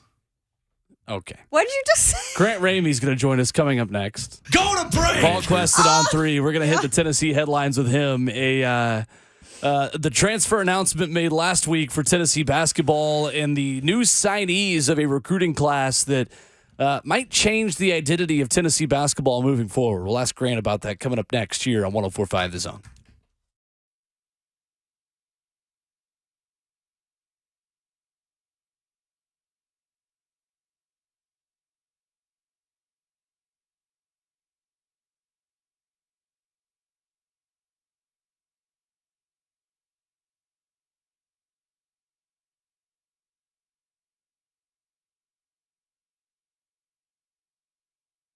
Genesis Diamonds never hesitate to expose other jewelers with their high markups and lackluster warranties. The founder of Genesis Diamonds started the company with the determination to turn the whole retail jewelry business upside down with fair and transparent pricing, ironclad warranties, no commission salespeople, and zero risk shopping experience. Most recently, Genesis has exposed insane markups on lab-grown diamonds at other jewelry stores. Some jewelers are making obscene profits on lab-grown diamonds, so don't buy until you get a second opinion from Genesis. Genesis can often sell you the same lab-grown stone for 50 or 60% less than what some stores are charging. The bottom line, Genesis is not like other stores. They always put the customer first because they're playing the long game and building trusting relationships. If you're getting engaged or married or celebrating a big milestone soon, Genesis is the place to go. Rings, earrings, bands, bracelet, colored gemstones, exquisite designer jewelry, hand-picked diamonds, they've got what you want at prices you can have confidence in. Genesis Diamonds and luxury pre-owned Rolexes located in Green Hills and Cool Springs.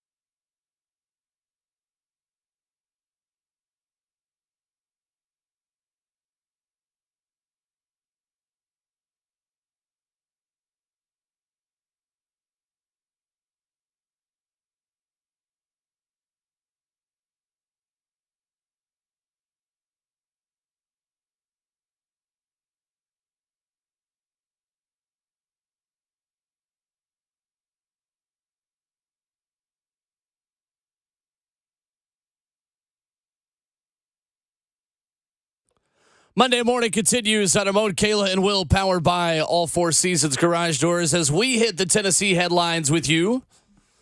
Alongside Ramon Foster and Kayla Anderson, I'm Will Bowling, as Grant Ramey of VolQuest and On3 joins us this morning on Ramon, Kayla, and Will. What's up, Grant? How are you? I'm good. How are y'all doing this morning?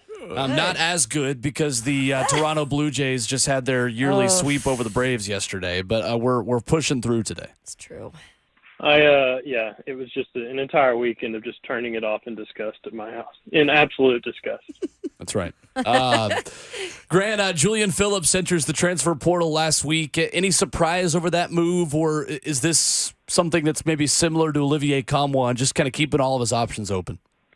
I think that's exactly what it is. If I understand the situation correctly, basically the portal was going to close on, I think, May 11th was the date. I think he entered on May 10th. So this is something where he wants to play pro basketball next year. He's got an invite to the NBA Combine, draft Combine this weekend in Chicago. He's going to participate in that. And basically he enters his name in the portal before it closes just in case things don't go well and he doesn't get the feedback he wants as he goes through this pre-draft process. So obviously he's got a lot to prove because he's got a lot of talent. He's got a ton of upside. He didn't produce a ton at Tennessee. He's a really good defender. That's not going to show up in the box score. So there's going to be a ton of upside there that are very interesting to NBA teams. It's just a matter of how high a team is on that upside and how high in the draft they're willing to take him. If it's the second round, if it's a undrafted free agent kind of thing, whatever it is. But he's trying to go pro. As far as I know, he's trying to play pro basketball next year, and that transfer portal thing is just where it's just another option that he has to fall back on if he doesn't get the feedback he wants and decides he's going to go back to school for another year. Because at Tennessee, as we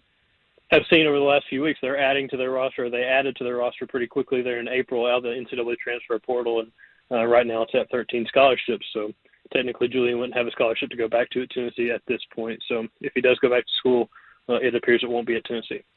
Grant, Tennessee makes the signings official in the transfer market as well with Dalton Knecht, Chris Ledlum last week. Has Tennessee ever had a player like Dalton Knecht under Rick Barnes? How big of a deviation is this from what the Vols have really been accustomed to under Barnes? Well, here's Dalton in a nutshell. We were recording a podcast recently, and somebody asked me if there's a 2024 NBA draft pick on Tennessee's roster. And I kind of blanked on it, but I think that guy could be Dalton because of his NBA, his kind of the skill set that he has, the build that he has, kind of where he's projected, the kind of the trajectory of his career, I guess I should say. He's got a pro game. He's all offense right now and probably no defense, which is going to be an adjustment. It's going to be interesting to see how Rick Barnes handles that because there's going to be a lot of times where he's just going to have to, if he's giving effort on the defensive end, that's good enough. If he's trying to play hard on that end, it's going to be good enough because what you're getting him here for is his offense, the way he can score at all three levels. I mean, this guy was 5'8" as a sophomore in high school. Now he's 6'6" at Tennessee, and he's kind of continued to climb. So he's had those guard skills. He basically grew up playing point guard at that size, and then he kind of morphed into this wing forward, this guy that can score at all three levels, a guy that can shoot the three ball. He can get to the rim. He's a slasher. He's a driver. He's exactly what Tennessee needs. Now it's going to be a question of is Tennessee willing to be okay trading a little bit of defense for some more offense, which if you look at, the recent results in the last couple of years, you would think that's exactly what they should be trying to do. Seeing a guy like B.J. Edwards, especially a local kid, kind of transfer out after 1 year, not really having much to show from it. What do you take it from? Is it just the era of transfer portal, or just not for Rick Barnes' staff? Roster at this point. It's a little bit of the portal era. It's a little bit of just kind of the situation. I think Tennessee coaches love B.J. and they loved what he could bring to them down the road. It was just a matter of, does he want to sit here and wait for down the road? I don't think he would have played a lot next season. I think he would have played a ton as a junior, and I think that's what Tennessee staff told him. If you're willing to wait for it, you're going to play a ton as a junior, and we think you can be a good basketball player is basically what they told him. But what they told him not to do is don't wait around here for another year, not play a ton next season, and then transfer out a year from now because you've just wasted a season.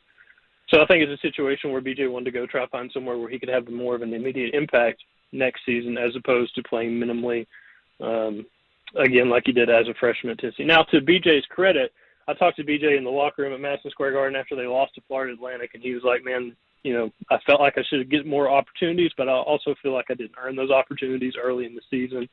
So he wasn't pointing fingers. He handled the whole situation really, kind of from a mature standpoint, view of everything going on. I think he evaluated his options. I think he felt like the transfer portal and getting out of there was the best thing for him. And it looks like it ended well for him because he was in Dallas visiting SMU on Sunday, and he was committed to the staff by Monday night. I think he announced it a little bit later in the week. So things moved pretty rapidly for him. It looks like he found a good landing spot. Man, basketball can be super fascinating to me as far as like roster management, because you have a 4-star guy like BJ Edwards that doesn't get much burn and has to transfer, but then you have an unknown guy, and I think it's fair to say that in recruiting, Toby Awaka, that comes in and kind of carves out a role for himself and now is sticking with his original team, but not BJ.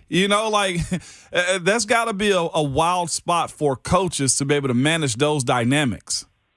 I think it just speaks to how big basketball is and how hard it is to get eyes on every single prospect in the country. Like, some guys are going to be highly rated and it's not going to pan out that well. Some guys are going to be relatively unknown, like a Tobe Awaka or like a Zakai Ziegler, 2 3-star guys out of the state of New York City area, where, it's like nobody was after them, and then suddenly Tennessee kind of pounces on them. They get them here, and they have pretty big roles from the moment they get on campus. But yeah, I don't know what it is, especially about basketball. There's a lot of guys where 5-star, 4-star, whatever, it looks like a really good player, and for whatever reason it doesn't work. And then there's some guys it's just completely unknown.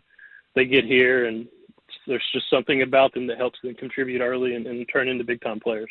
With some of those guys that are returning, maybe some of the guys that are a little bit younger, who do you kind of expect to take the biggest jump coming into this next season?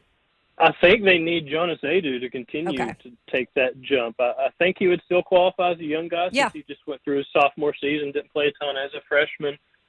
They're going to need a big man to play big minutes and to be really productive on both ends of the floor, and I think Jonas has the best shot to do that. I think he's a better scorer than we've seen. He's got to get more comfortable on the offensive end. I think he's a really good defender, as we've seen, in terms of protecting the rim, doing a lot of stuff on the back end of the defense. So Jonas taking a huge step forward would be a huge step forward for this entire team, because they're going to need that big man. They're going to need that kind of production that they haven't really had consistently in the post in a while.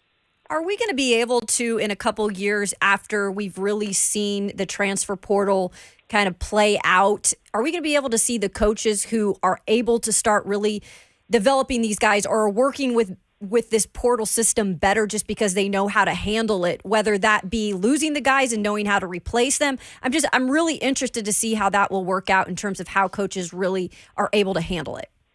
Yeah, and I think you're seeing it now. I think you're seeing a lot of the teams that are advancing in March and that are having a ton of success are the teams that have executed in the portal the best. Sure. I mean, Tennessee has missed on a lot of players in the portal. They need more impact from the portal, because it feels like now the shift has turned to the portal is almost more important than just your general recruiting efforts, looking at prep prospects. Yeah. I mean, you can build your program and your roster and turn it over much more quickly out of the portal. It's just a matter of you got to pinpoint who you're getting in the portal, and you can't miss on those guys when they do get to campus. If you land them, they got to come here and they got to be stars. Tennessee got Jordan Gainey. He's a really good shooter, probably one of the best three-point shooters in the portal.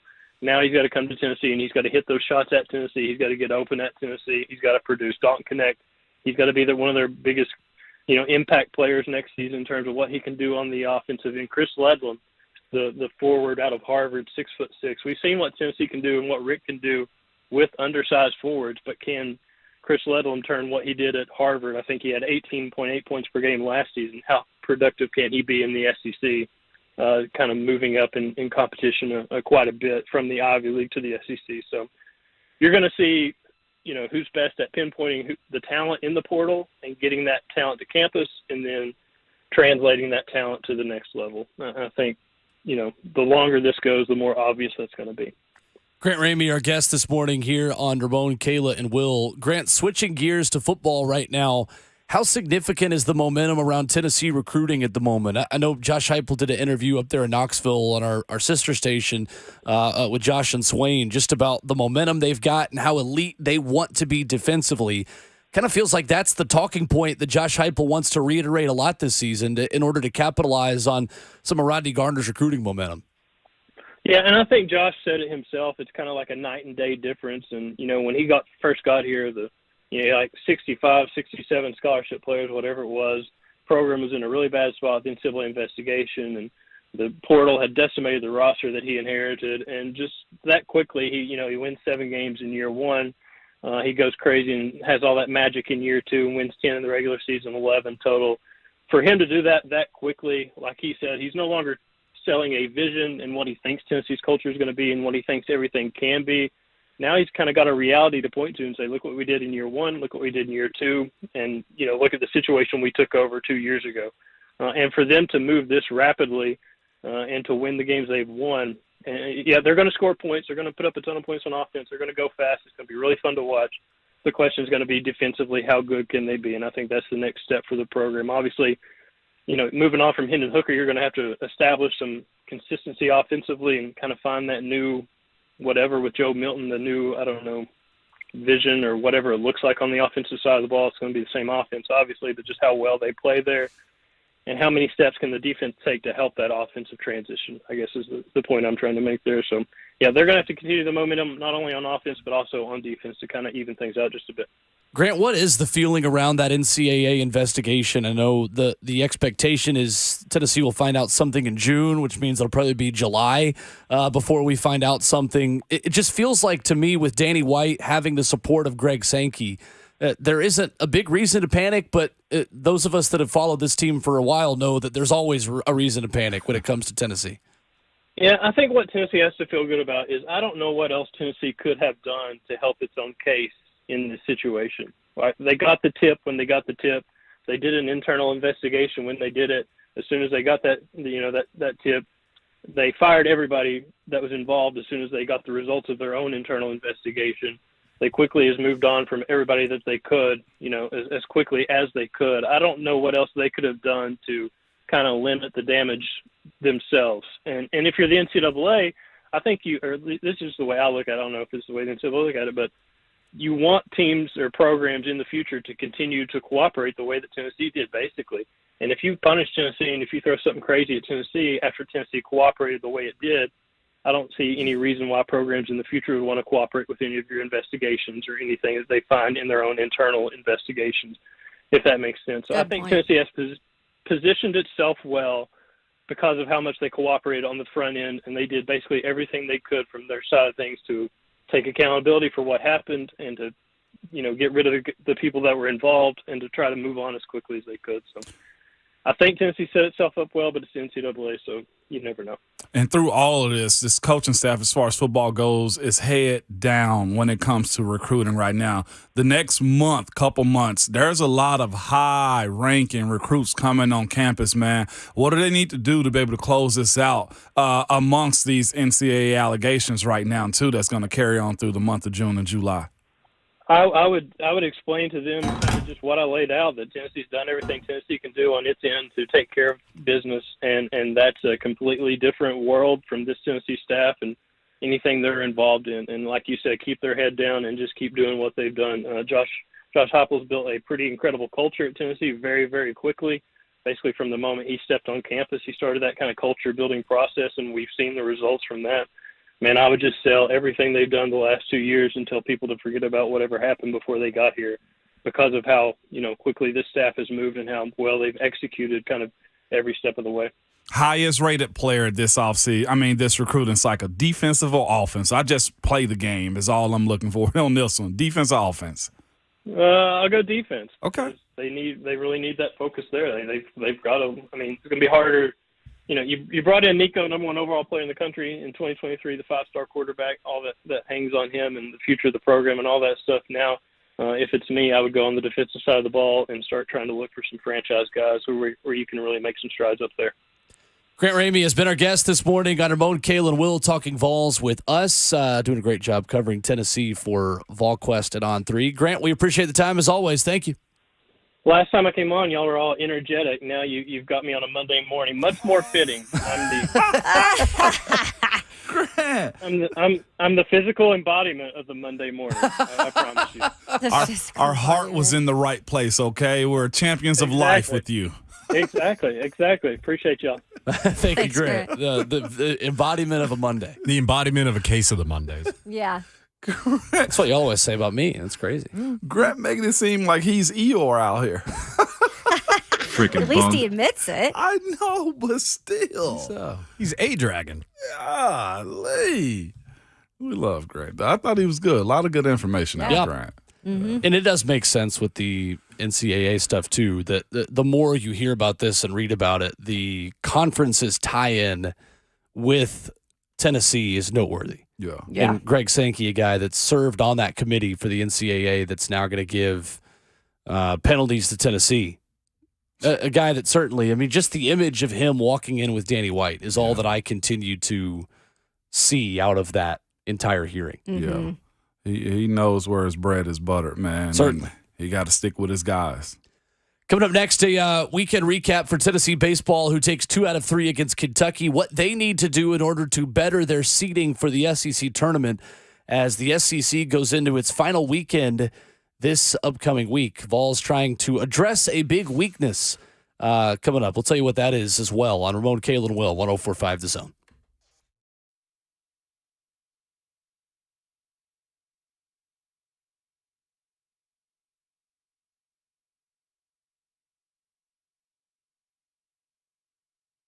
Business owners, are you feeling stretched thin by the pressures of growing your business? Keeping up with changing regulations and staying HR compliant, hiring and retaining top talent, handling payroll, the list goes on. It's tough to maintain momentum and still keep your employees engaged sometimes. Fortunately for you, there's Insperity. They put over 35 years of HR service and technology to work to help you develop a people strategy that scales with you. What if your HR strategy included access to better benefits to help you keep the employees you have and also attract new ones? What if it also offered training for your employees to increase their skills so they become more productive? There will always be challenges to face in business, and no matter where they come from, Insperity is ready to help you move past them by providing the HR solutions you need. With Insperity, nothing seems impossible. Insperity, HR that makes a difference.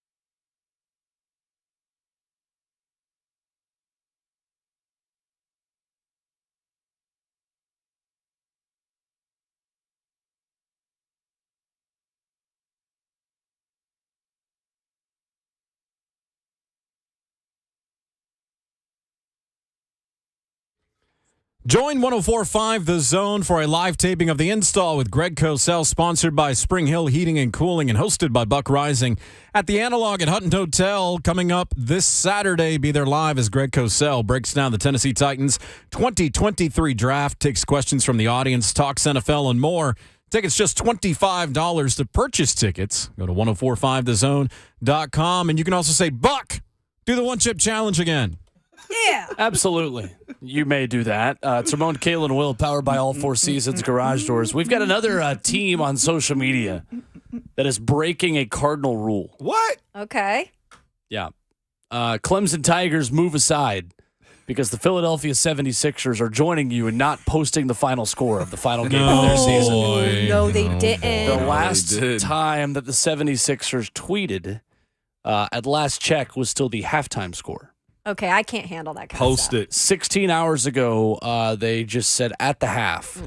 So I wonder if the game just ended at halftime or what. Well, I don't know what situation. That was their wish. I don't know what the final score is if they don't post it, Will. I know. Post it, Philly. Yeah, Philly. Post it. You have no issues with posting everything else. Be the brash town that you are. Post that score. Well, they're just so used to not winning championships there this past year and getting close, but not close enough. And B got MVP. That's a win. He did Yeah, get MVP. that's true. That's a win. And Jalen Hurts were fantastic. Who was it that apologized? I think it was Stephen A. recently apologized to Joker. That was about Anthony Davis, wasn't it? No, I thought it was about him not getting the MVP again. Oh, I don't know. It was like Joker should have won it again, simply how he carries his team. And lo and behold, he didn't. And they voted for Embiid, who turned out to be a series fraud. I won't call him a seasonal fraud, but you got to show up in these types of games and moments, man, in the playoffs. Well, he had to apologize to Anthony Davis because he was insinuating that his head injury was not legit. So he had to apologize for that. Well, it was also the Joker conversation, too. Yeah. I watched some of the basketball this weekend. Did you? I watched some of Celtics and Sixers. Yeah. It's the most NBA I've watched in years. Man, congratulations. Ever since LeBron was in the finals last time. Congratulations, Will, who, by the way, knocked off Golden State. Yeah, I am more likely to watch the NBA playoffs now that LeBron James is continuing on in the conference finals. Just dogging everybody. It's funny, as a diehard fan of sports, I never want to see like Alabama, Georgia. Like well, they're rivals, so that doesn't really count. But when it comes to things I'm a casual fan of, like the NBA, give me LeBron and the big names all day long. LeBron James. LeBron James. Yeah, I'm kind of excited for the Miami Boston Really? series. I don't know why. Yeah. Because I think Miami is always, and I don't want to say doubted, but like you don't expect them ever since LeBron left to be in the mix, but they kind of consistently make the playoffs. And now they're kind of just like, hey, we're here. Jimmy Butler. We're ready. I mean, playoff They've Jimmy, had some man. injuries, and too. Spoelstra being the head coach, like they're coached well. I think Spoelstra is the real deal. They're a good squad. Spoelstra needs more credit. I know, of course, that LeBron, D-Wade, Bosh era that they had, they thought Spoelstra was just a part of it. No, he plays a big part of it. Dude's a really good coach. Miami stays consistent. And you're right, Kayla. This Miami and Boston series should be spicy, especially with guys like Jimmy Butler. And just watching Tatum go off last night for 51. Goodness gracious, on Mother's Day weekend. Lord save that man. He was lights out. He was really good yesterday. And that was Talking NBA. 615-737-1045. That's the longest we've done NBA really is. in the history of this show. I wonder if Slay would be proud of us. 100%. He's probably slow clapping us right now. It's like, yes, morning show. Yes, thank you, guys. This is always where I start watching, is at the conference finals. Well, I'll tell you who won't be watching anything. You? Ja Morant. Ja Morant. Oh, no. Yeah. Let's go to the phone lines. Mike is in Clarksville. Up next. What's up, Mike? What's up, Mike? Good morning, gentlemen. Ramon, we need to get you to update your outro. You normally end the show with the Twitter finger and the mic is always hot, and IG is always live, Ja Morant. Your Instagram is always live. That's good. You're 100% correct on that one. These young kids, they got to be careful. Y'all, they got to be careful. All right, y'all have a good day, young lady. You too. Thank you. Man, I appreciate that nugget right there. Like, yeah, it's truth. When did it start becoming for the likes? You know, like it really is a I'm condition. not liking that post. So let's give the context for those in the city that aren't familiar with what happened. Go ahead, Will. John Morant, who was already suspended for brandishing a gun on social media last time, or was this at a game or after a game? Month and a half ago, if I'm not mistaken, maybe a little bit more, almost 2 months ago. Yeah. And the Memphis Grizzlies have suspended John Morant because he was on an Instagram live video and just pulled up a gun on the Instagram live video. It was an 8-game suspension originally, which cost John Morant about $669,000 in salary. It actually cost him a lot more than that because he wasn't first, second, or third team All-NBA, which now means he's not eligible for the Supermax contract because that's the way the NBA collective bargaining agreement works. That if you're unfamiliar like me, because I just learned this the other day, you have to be All-NBA in order to get the highest possible level of salary. His suspension and his off-the-court stuff certainly affected his ability to be All-NBA. Yes. So now you've got this guy that's suspended again by the Memphis Grizzlies over the weekend. It's neglect, Will. It's and this is what I thought. Coming off of the conversation of him losing the Supermax, I think it's like $30 to $40 million gone. Can't get it back, right? And he'll get another deal, but it won't, as Will said, be a Supermax. So here he was, already suspended for 8 games, had to go what we thought is rehab for whatever reason. Counseling. Behavior rehab, okay? We're not talking about substance. Behavior. Have that situation pop up. Tell you, job, man, we got to clean this thing. Just clean it up. Go to a gun range. You can let off as many rounds as you want to at a gun range. There are professionals that will allow you to have whatever gun you want. And if you're in Tennessee, fine. Open carry, whatever you want to do. You don't have to have the permit. You have your Second Amendment right here. You do. But this is the separating. I see people trying to divide the conversation. Yes, Tennessee is a carry state. You can carry however you want to here. He has the right. The Second Amendment allows him to have that specifically here. But there's a such thing as workplace rules, too. Mm-hmm.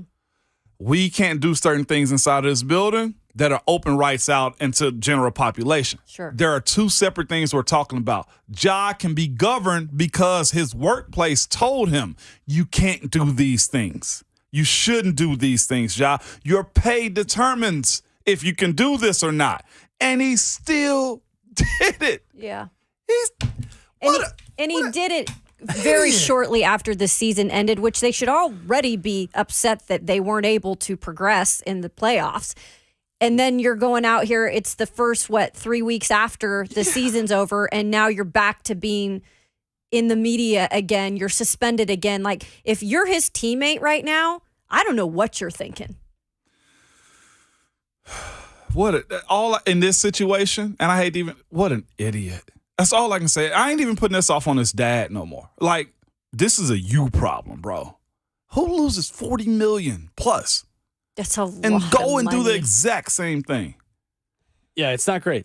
It's not great. And that's the young, up-and-coming pro sports team in Tennessee that people felt like had the biggest window to win right now. Not the case really anymore. Is the best Crazy thing how quickly that went out the window. would the best thing to be eventually like to go play somewhere else?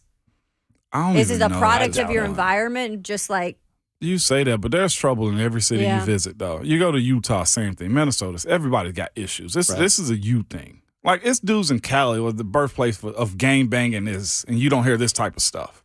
Yeah. Or just keep it to yourself. Like, don't show it. Tennessee, by the way, over the weekend, we mentioned their baseball series against Kentucky, leaving town Kentucky in 4th place in the SEC East. Tennessee 1 game back of them at 14-13. Got killed yesterday. First time they got shut out all season yesterday.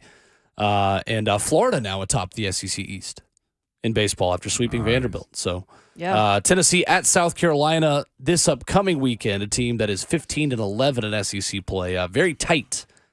Could finish as high as 3rd, I believe, or could be as low as 5th in the SEC East this upcoming weekend. When we come back, Football Outsiders gives the biggest roster hole on every NFL team. And you will not be shocked at all to learn the one he picked for the Tennessee Titans. Coming up next, it's Ramon, Kalen, and Will, 104.5 The Zone.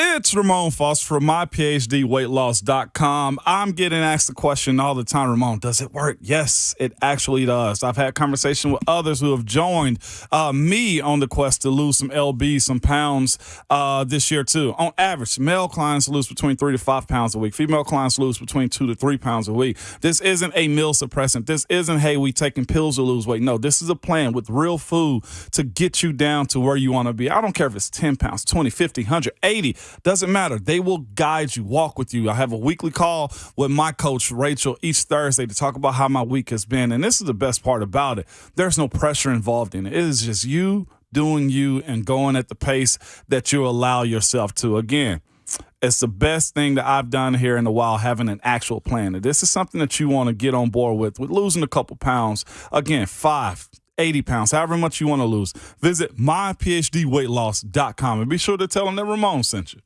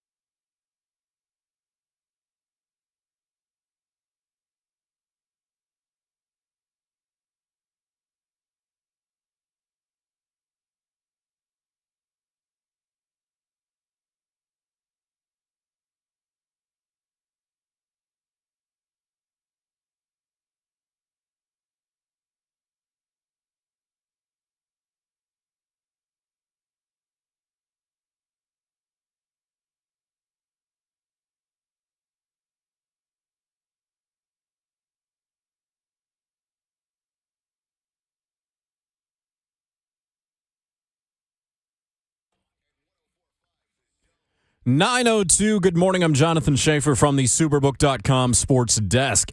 The Boston Celtics advanced to the Eastern Conference Finals for the second straight year by crushing the Philadelphia 76ers 112-88 in Game 7 in Boston. Jason Tatum, one of the all-time Game 7 performances, 51 points, the most points in a Game 7 in NBA history. Boston will face the Miami Heat in the conference finals for the second straight season. Game 1 Wednesday in Boston. The Memphis Grizzlies have suspended John Morant from all team activities after a social media video was posted showing that Morant was holding a gun. 2 months ago, the NBA suspended Morant over a similar incident. To the NHL playoffs, Golden Knights 5, Oilers 2. Vegas won the series in 6 games and advances to the Western Conference Final to take on either Dallas or Seattle, who plays a Game 7 tonight in the Lone Star State. Major League Baseball, Toronto beat Atlanta 6-5. The Blue Jays won with a 2-run walk-off single and swept the series against the Braves. College baseball, Tennessee fell to Kentucky on Sunday 10-0 to have their 11-game home winning streak snapped. Florida swept Vandy boys in Gainesville over the weekend. For all your foundation repair and waterproofing needs, visit USSTN.com. Breaking news at once on your home for the Titans and Vols. This is 104.5 The Zone.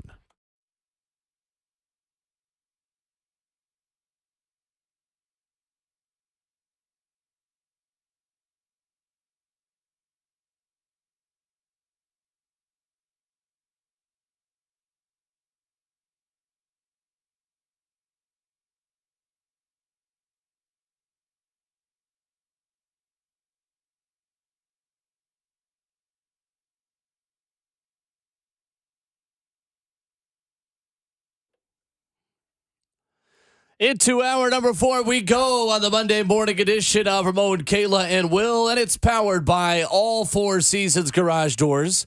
When trust matters, count on All Four Seasons Garage Doors in Nashville. Professional garage door installation and repair from a locally owned and family-run business. Visit allfourseasonsgarages.com/Nashville. Alongside our 11-year NFL veteran, involved for life, Ramon Foster. Yeah. Capitalized J, broadcast journalist, Kayla Anderson. Kayla! Yes, sir, she is the bee's knees, Kayla! And she covers your favorite teams, Kayla! Let her ease your worried mind. That's right. And spinning that hit plus all the others is Jonathan Schaefer, the best producer in the world. The best producer in the world! Of the world, Craig. The world. My name is Will Bowling, and we've got the newest NFL analyst on CBS who says, no, I'm not retiring, but I'm going to bring Nathaniel-isms to the television broadcast this year. That's right. Matt Ryan tweets out 3 minutes ago that he is excited to join the NFL on CBS family, breaking down the game this season. P.S. This is not a retirement post, he says. Ron Slay would like to comment on this? Sure. Dog, I hate these quarterbacks. Do you hear me? Do you? Absolutely hate them. They go from just waltzing out of college, okay, high draft. Don't even have to be a high draft pick. Start in the NFL, okay, have a great career, make all the monies in the world. Yeah. And next thing you know, no, I'm not retired. I'm just picking up a side gig. This side gig pays me about $15 million a year. And I ain't even got to be good at it. And then me, myself, I click on NFL.com. Okay, who headlines a way too early list of MVP candidates? Know who the top 10 are? They're all quarterbacks. It's because it's a quarterback award. Should have been Derrick Henry a couple of years ago when he had 2,000 yards. Can they not stop winning? No. Nah. Just like when A.J. Brown should have been Rookie of the Year, but it was Kyler Murray. Yep. Never heard of him. I know. We're going to keep on giving them those $1 million. I went down the list just thinking, okay, by the time we get to number 8, we'll get us a running back or wide receiver. You know who number 8 on this list is? Daniel Jones. Trevor Lawrence. Real close. Okay. Daniel Jones on the list? No. You know who is? Who's number 9? No, you don't. I'm going to tell you. Tua. No. Number 9 on this list. I mean, and let me just, all right, man, we'll get a secondary position MVP candidate, right? Nope. Know what number 10 is? Dak Prescott. I mean, that one makes a lot more sense than Tua. Dak being on there. Just because you're always going to prop up Cowboys players. To me, it's like just they want to keep giving them hope.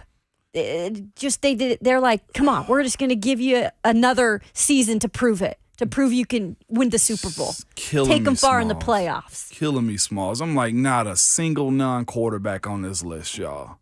Not surprising, though. Top Of course 10. not. Why would there be? The quarterbacks only win that award. I honestly was expecting a rookie quarterback on there. When I saw Tua, I was just like, oh, Bryce Young be on this list too, man. Will Levis, shoot. I mean, seriously, anybody could be on this list if you're a quarterback. Fair. Aaron Schatz of Football Outsiders had a piece on ESPN Plus over the weekend. The biggest roster hole on every team. You'll be shocked to learn that wide receiver was the pick for the Tennessee Titans. I was wondering. There's no other possible position that it could be. I thought you was going to say fullback or something. Well, nope. He writes, Traylon Burks had 33 catches as a rookie with DVOA and DYAR, fancy analytic ways to measure value at the wide receiver position, being close to average, he says. Wow. Writing, he could grow into a top receiver, but the jury's definitely still out. The other outside receiver is Nick Westbrook-Akine, who was cut at the start of the offseason, but then re-signed a couple weeks later. He scored a 30 last year in ESPN receiver rankings near the bottom of the league, according to Football Outsiders and ESPN.com. To be fair, the offense doesn't lend itself to catering towards a guy like NWI, who's not your first option, and he was honestly the best option last year, but there's not much on the bone for him whenever you operate, running the ball first on the ground or trying to get protection for a quarterback to be able to see down the field. I don't think he's as bad as that list would suggest. In a different style of offense, of one that can keep the quarterback upright and develop routes down the field, NWI is a very solid wide receiver. What does solid mean in this league? Make the plays coming towards him. That's what you need from a guy like him. Sure. But opportunities aren't there. And it's going to be the biggest conversation piece for a while to come this offseason, going into the season. And I feel like throughout, if we don't see that route tree and offense develop a little bit further.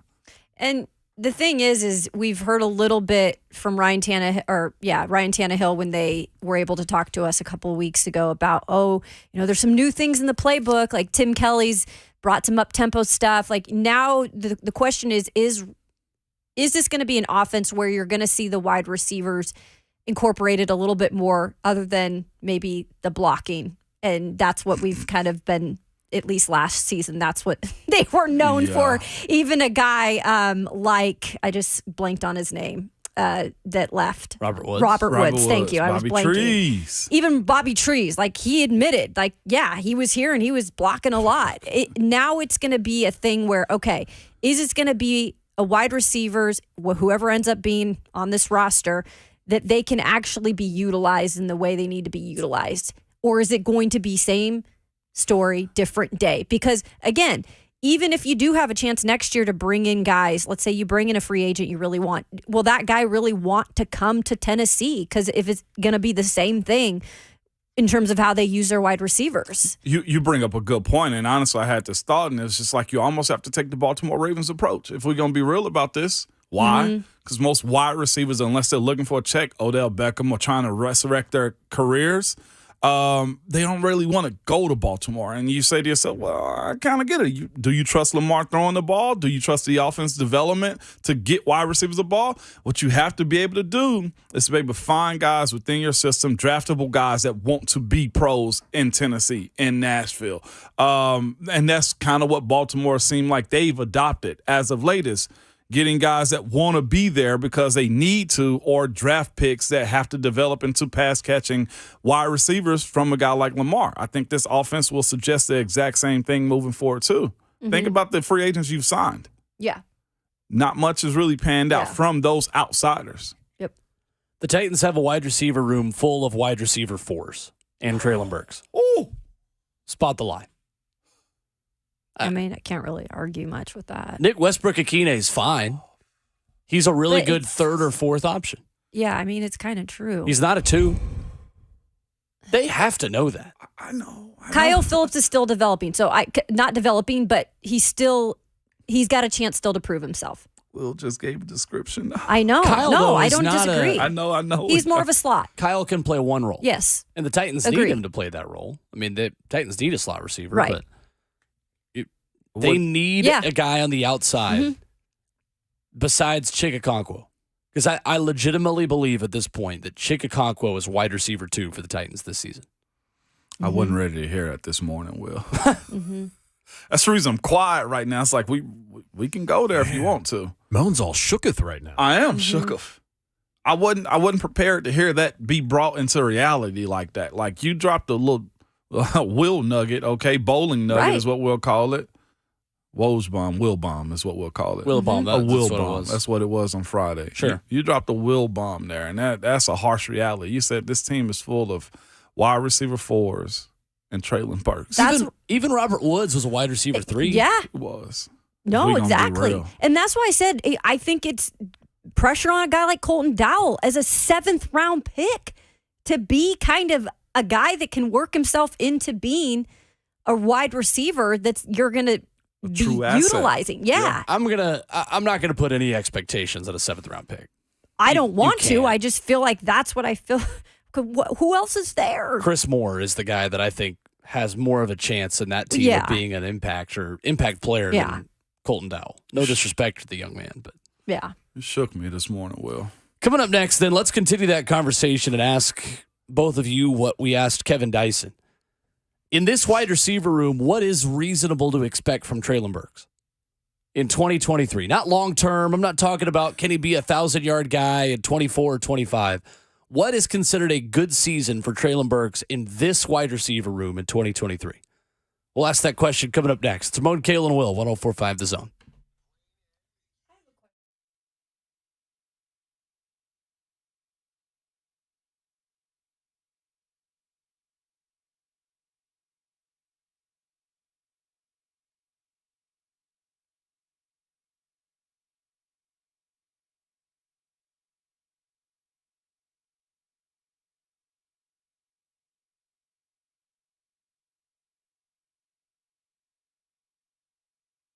If you have a wet basement or crawl space, it's time to call United Structural Systems. We've all heard about these guys for a long time and for good reasons. They've served Middle Tennessee since 1994, and they helped thousands of satisfied residential customers in that time. They are the go-to company when it comes to foundation repair and waterproofing. And if you have a wet basement or crawl space, you don't have to put up with that. Water intrusion and more could give you all sorts of problems down the road, and you want to get this fixed. It could be because you have poor drainage, surface water flooding over the walls, or underwater pressure forcing water into the basement. Or it could be because of a plumbing leak you just don't know. But the team at United Structural Systems will find out why you have a wet basement or crawl space, and will give you a plan to fix it. And if you do decide to move forward, you don't have to pay a dime until the work is done and you are satisfied. So get that free estimate from the people I trust. Go to USSTN.com. That's USSTN.com, or you can call them 615-227-2275. United Structural Systems.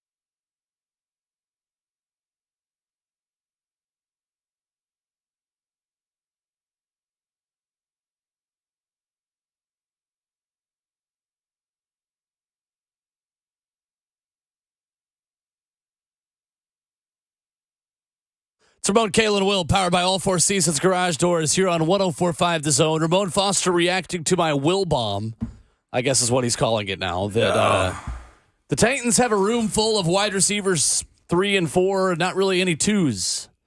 I guess maybe Treylon Burks could be considered a 2. The question we asked the people here in the 9 o'clock hour, what is a reasonable expectation for Treylon Burks with very little help in the Titans wide receiver room? Ramon, we'll let you lead off on this one. A realistic approach to him, I'd love to see him get a 1,000-yard season this year. At minimum, 850. I would love to see that be the case. You're asking me a first-round wide receiver where he's the primary target of this offense if you throw the ball to him? Absolutely. But the issue is that he's going to have to run into is who's there to distract, to get him open too. Because that's the thing about wide receivers. You need guys to run others off so that the primary guy can get open. Who do you trust enough to put you in those situations? Of course, looking at the scheme of what Tim Kelly's going to have to put out in front of the world to see what this new Titans offense is going to be like. Again, to go back to the original question, realistic expectation for a guy that has no other guy taking reps from him, I'd love 1,000 yards. Minimum 850. But of course, the Will bomb that you dropped a little while ago, I don't think that's gonna be the case because who do you fear in the room? Chig, and he ain't even in the room. And just a second ago, Will, you said Treylon Burks could be a real solid number 2. Who's 1? Well, that he is. Okay, so I'll start with that. He is expected to be the number 1 wide receiver on this Titans team. Period. No ifs, ands, or buts about it. Facts. Second, he is expected to be playing majority of the games, which did not happen last year. And I understand injuries happen, but he is expected now. You know, you got it out of your system. You hope he's healthy. You're expected to be on the field as much as you can be. Third, I'm not going to say 1,000, Ramon, because I still am not convinced this offense is going to provide that luxury. Well, and so I'm not going to say that, but I am going to say I'll probably say 800. The catch and run is a strength of his. Sure. He's got strong hands. He does have good speed. As far as Treylon goes, his ability to break tackles is something that's going to be expected in this offense too. Heck, we saw this past weekend, Colton Dowell was going through the rigors with Coach Vrabel about getting guys the helmet. He met the helmet on the stick this past weekend. And just watching the expectation of the young guys. Treylon's year 1 to year 2 steps got to be up there. Again, decent season for a guy that was in and out of the lineup, dealt with the turf toe, cardio, all of those issues. 1,000 with the expectation he can get at least 850 is where I still sit. You know what he's also going to be expected to be, no matter if he likes it or not, guys? He really is going to be expected to be one of the leaders in that wide receiver room because who else really is in that wide receiver room? I know that Chris Moore's coming in, but he is going to be the guy that people are going to be looking to kind of lead the way in a way. And especially, yes, us, the media. Like, guess whose locker we're going to come to now? And there's no ifs, ands, or buts about it. Yep. He wasn't in there a lot of the time last year because of the injury. And then when he came back, it took a minute for him to get back in the groove. But you're going to be expected to be the guy to go to. I mean, you're going to be that dude. Yep. Well, to me, it's more important for him to be the go-to guy on the field. Well, yeah, obviously. but I know you're not. I know you're not making that statement. No. You know, there are guys that can do that quietly, and that's fine. Yeah. 800 yards was my thought as well, because I actually think Chig may have as good of a claim to being wide receiver 1 as Treylon Burks. Like, legitimately, you're going back to the days where Delaney Walker was wide receiver 1 on this team. And it was him and Nate Washington. And those two guys were 1 and 2 every single year. I just think the nature of the matchups that they're each going to get, you could make a legitimate argument that Chig has a better chance of leading this team in receiving than Treylon Burks. I think it's fair. Because when you play teams like Miami and you've got a Jalen Ramsey lockdown corner on the other side, that's a tough matchup for Treylon because there's no one else for that guy to worry about when you play the Tennessee Titans. If you have a him-level corner, that guy is going to be matched up on Treylon Burks every week. Yes, he is. Yeah. You forget about that, too. And this division has done a really good job of having corners and in we've the talked AFC about South. that a lot. And who's the first round corner that Stingley and Houston. Houston. Read your mind. Yeah, good. you did. Well, he was okay last year. He wasn't as good as Sauce Gardner was. But that's why you got to have the expectation for Chig. Like minimum 850. Okay, love to see him get 1,000. Like that's if you want to push the guys to the floor. Like that's what you're doing. You got to establish that. And to answer your question too about the tight end, I feel better about their room than I do the wide receiver room. Just looking at it from what Kayla said this past weekend with Josh Wiley. You really feel better about what they're capable of doing without even seeing Josh Wiley out there. Like you mentioned earlier, Kayla, just Kyle Phillips. Yep. I love what Kyle Phillips can do if he's healthy and out there, but what is that going to give you per catch? We're talking 2 to 5 yards a catch, maybe, if he's getting the ball. How many targets do you really delegate to him on a game plan basis? You hope maybe he can help in the return game if he can get back there and not drop return. But yes, I know what you're saying. Yeah. There's not a whole lot on the bone for situations like this, and NWI has that capability. But again, if the run game isn't working, where do you butter your bread at for this offense? You don't. You go 3 and out like they did last year, more than any team in the NFL when the run game isn't working. That's the interesting part of this season. So you're saying what, 850 minimum? 850 minimum has to be where he steps up. That's double last year, if I'm not mistaken. Yeah, it is. He had 444 last year. Yeah. In 11 games. I think being available for every game is step one for Treylon Burks. Yep. And he really was coming on strong before the concussion against Philadelphia. He was. Sure. He was playing really well. And he was becoming the go-to target within that game itself. I mean, it was a touchdown catch that got him hurt. It's an unfortunate situation. It was a big play. It was in the end zone. I don't think you can blame him for that one. No, not at all. And then the turf toe in Indianapolis, that's a surface that a lot of guys get hurt on, that Derrick Henry got hurt on, broke his foot on. Obviously, that wasn't because of the turf, because somebody landed on his foot. But so I think now for Treylon, how do you step up to a level where the Titans are scheming things for you? Kevin Dyson and I talked about this a lot last year on Titans Talkback. Is that's the level he sees Treylon Burks getting to? Is all right. 16 is a guy we got to create opportunities for. Let's get him open in ways that are creative because he's that level playmaker. Yeah.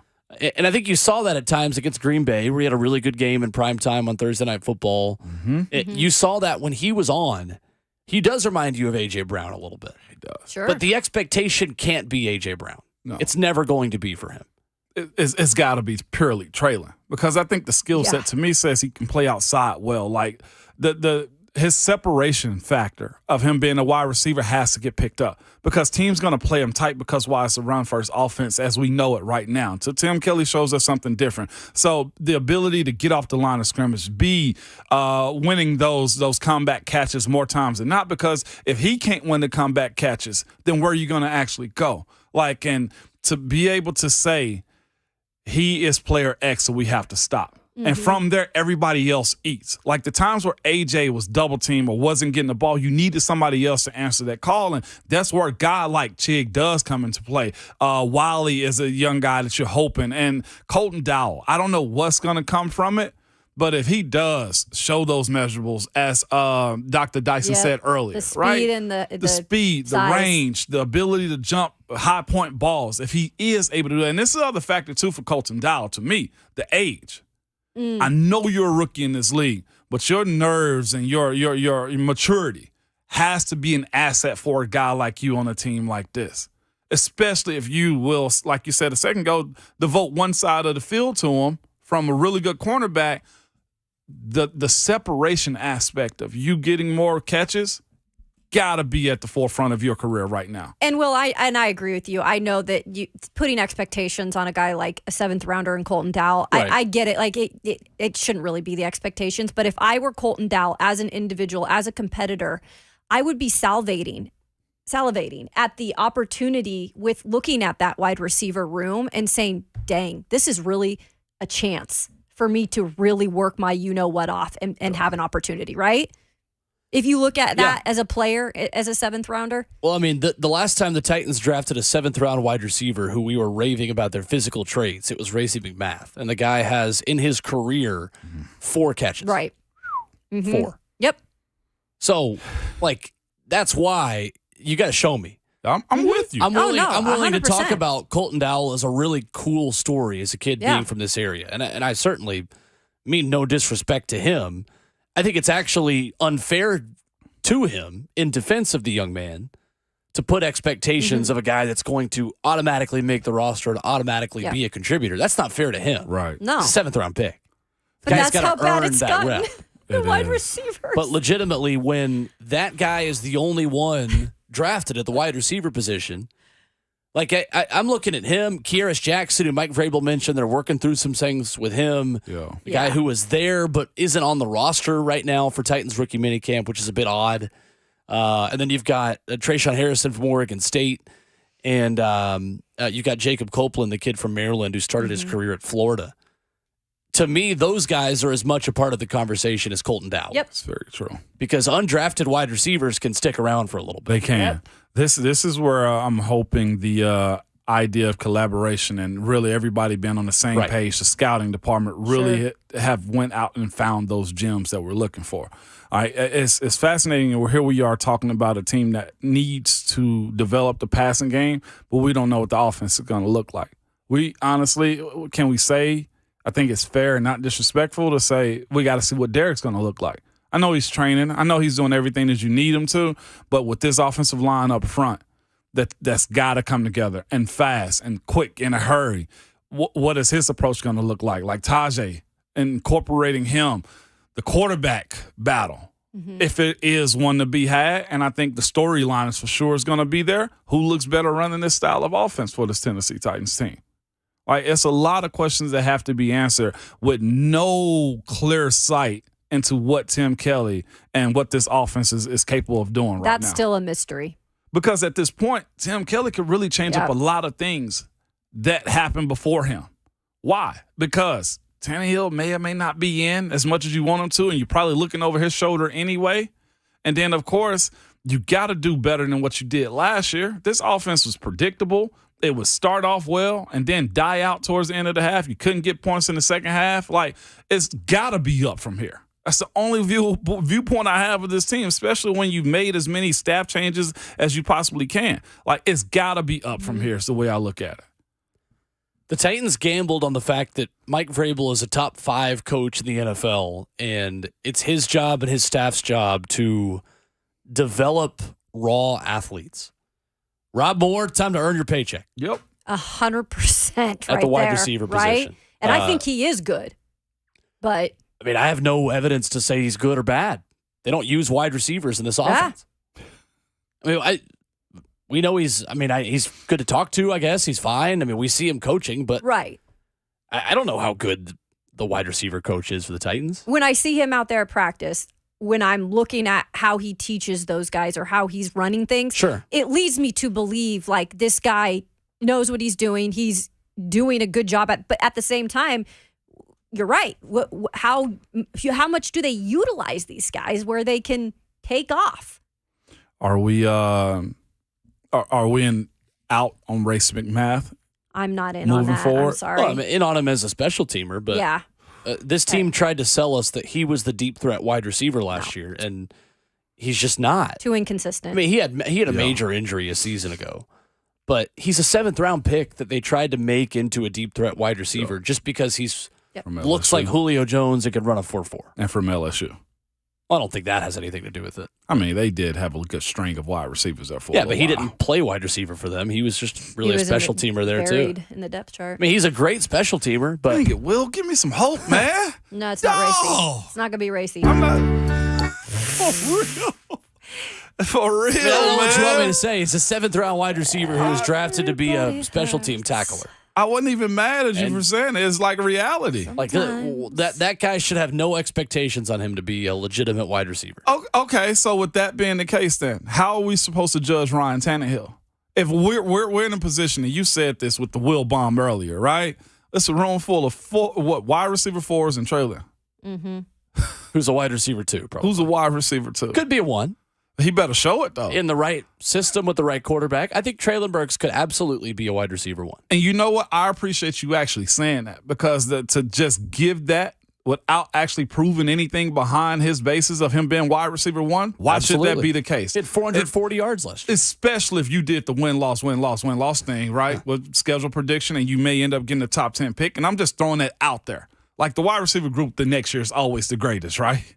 Every year. It's like, oh, next year is the, yeah. Can I add one more thing in? Because I want to go back to Rob Moore real quick. Did he not help develop A.J. Brown? He did, but give him credit for that. AJ is right? AJ too. It's one. Sure. It's one player. Yeah, that's one player. Where are the rest of them at? I mean, Racy's been there for a couple years now. Still nothing out of him. Also, Mason Kinsey. Wanted to be. I'm just throwing guys that's out there that's been here. Like, and now we're overlooking Mason Kinsey for Kyle Phillips. So what is the development? Whoa. That's not fair to Mason either. Whoa. Mason Kinsey? Really? We talked about development. He went there. Really? Can we be there? Their kid went to Berry College. AJ was AJ. Fine. Yeah. Mason Kinsey. Look. It's a practice squad. Hey, this is the roster. This ain't me now. I didn't make this Take roster. the surprise out your voice. Yeah. NWI, I think, has a lot there to offer in spurts.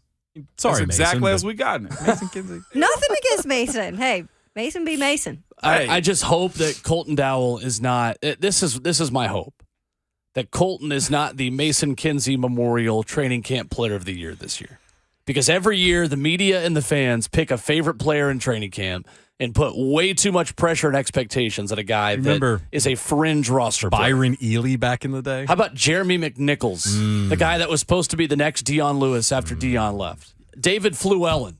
David Fluellen would be in the Pro Football Preseason Hall of Fame, if you ask me. For real. We always do this. There's always going to be one, Will, and there's going to be one this year, well, baby. That's why we I can always already label see them it. camp crushes. It's so going we to be can keep Colton it in Dowell. perspective. Who's your camp crush? Last year it was Chestnut. Julius Chestnut. Julius sure was. I mean, just remember when we're talking about all these guys super seriously, is like, this guy can make an impact. How often does that actually happen? Will's gained scars, y'all. And it's not a media problem. It's not a fan problem. The fans and media share that problem. We prop up one player a year with unrealistic expectations, and that's not fair to the player. It's not fair to Colton Dowell to be everybody's camp crush. It's already happening. Mm-hmm. I love it. The guy's awesome. He's got a cool story. His interview on 3HL was great. It was.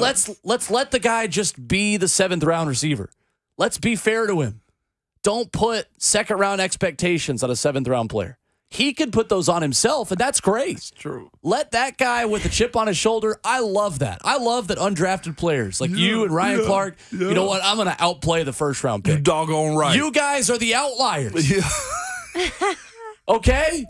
Let's not put Robert Woods expectations on guys that you didn't know existed 3 weeks ago. Hey, I'm going to give you the refund for that ticket, man. Go ahead, give me the ticket back. Hey, tell you what, Colton Dowell, okay, this kid's pretty good. Okay, he's doing a good job here in training camp. He's got a chance to make this roster. Put up a poll. Okay, but hey, the Tennessee Titans decided not to draft a receiver till the 7th round. Okay, you don't get to have a new 1st round wide receiver this year. You got Will Levis. Okay? Hey. Put the poll up, Chafe. Who's the camp crush this year? You just got to wait until we've got a full roster going. I'm looking forward you're to right, it. but Somebody put in the zone chat, Will's cooking, man. No, stop. Let him cook, Kayla. He's on fire right now. Well, I ain't gonna lie. I ain't expect this from you on a Monday, man. You cooking. I'm just tired that in this city, we have to make something out of nothing at the wide receiver position since I was a child supporting this team. Yeah. We have made more lesser wide receivers. We've convinced ourselves that they're legitimate wide receiver 2s, and we've got a room full of 4s. Let them cook, baby. Coming up next, up. we finish off the show with headlines we missed on the way out. It's Ramon, Kayla, and Will, 104.5 The Zone.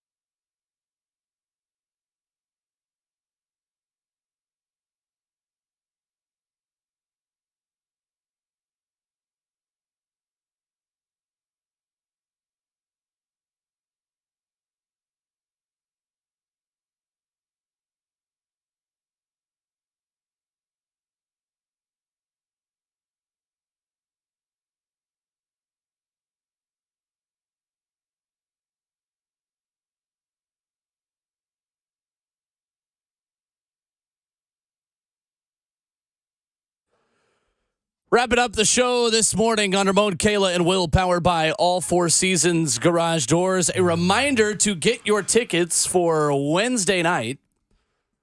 We'll retweet from Ramon, Kayla, and Will right now the link that you need in order to get your tickets for Nashville SC and Inter Miami and come hang out with us. $35, including a co-branded hat. You get the Zone logo. You get our new logo on it. Yeah. Which we will reveal to the people Wednesday morning, I believe is the plan.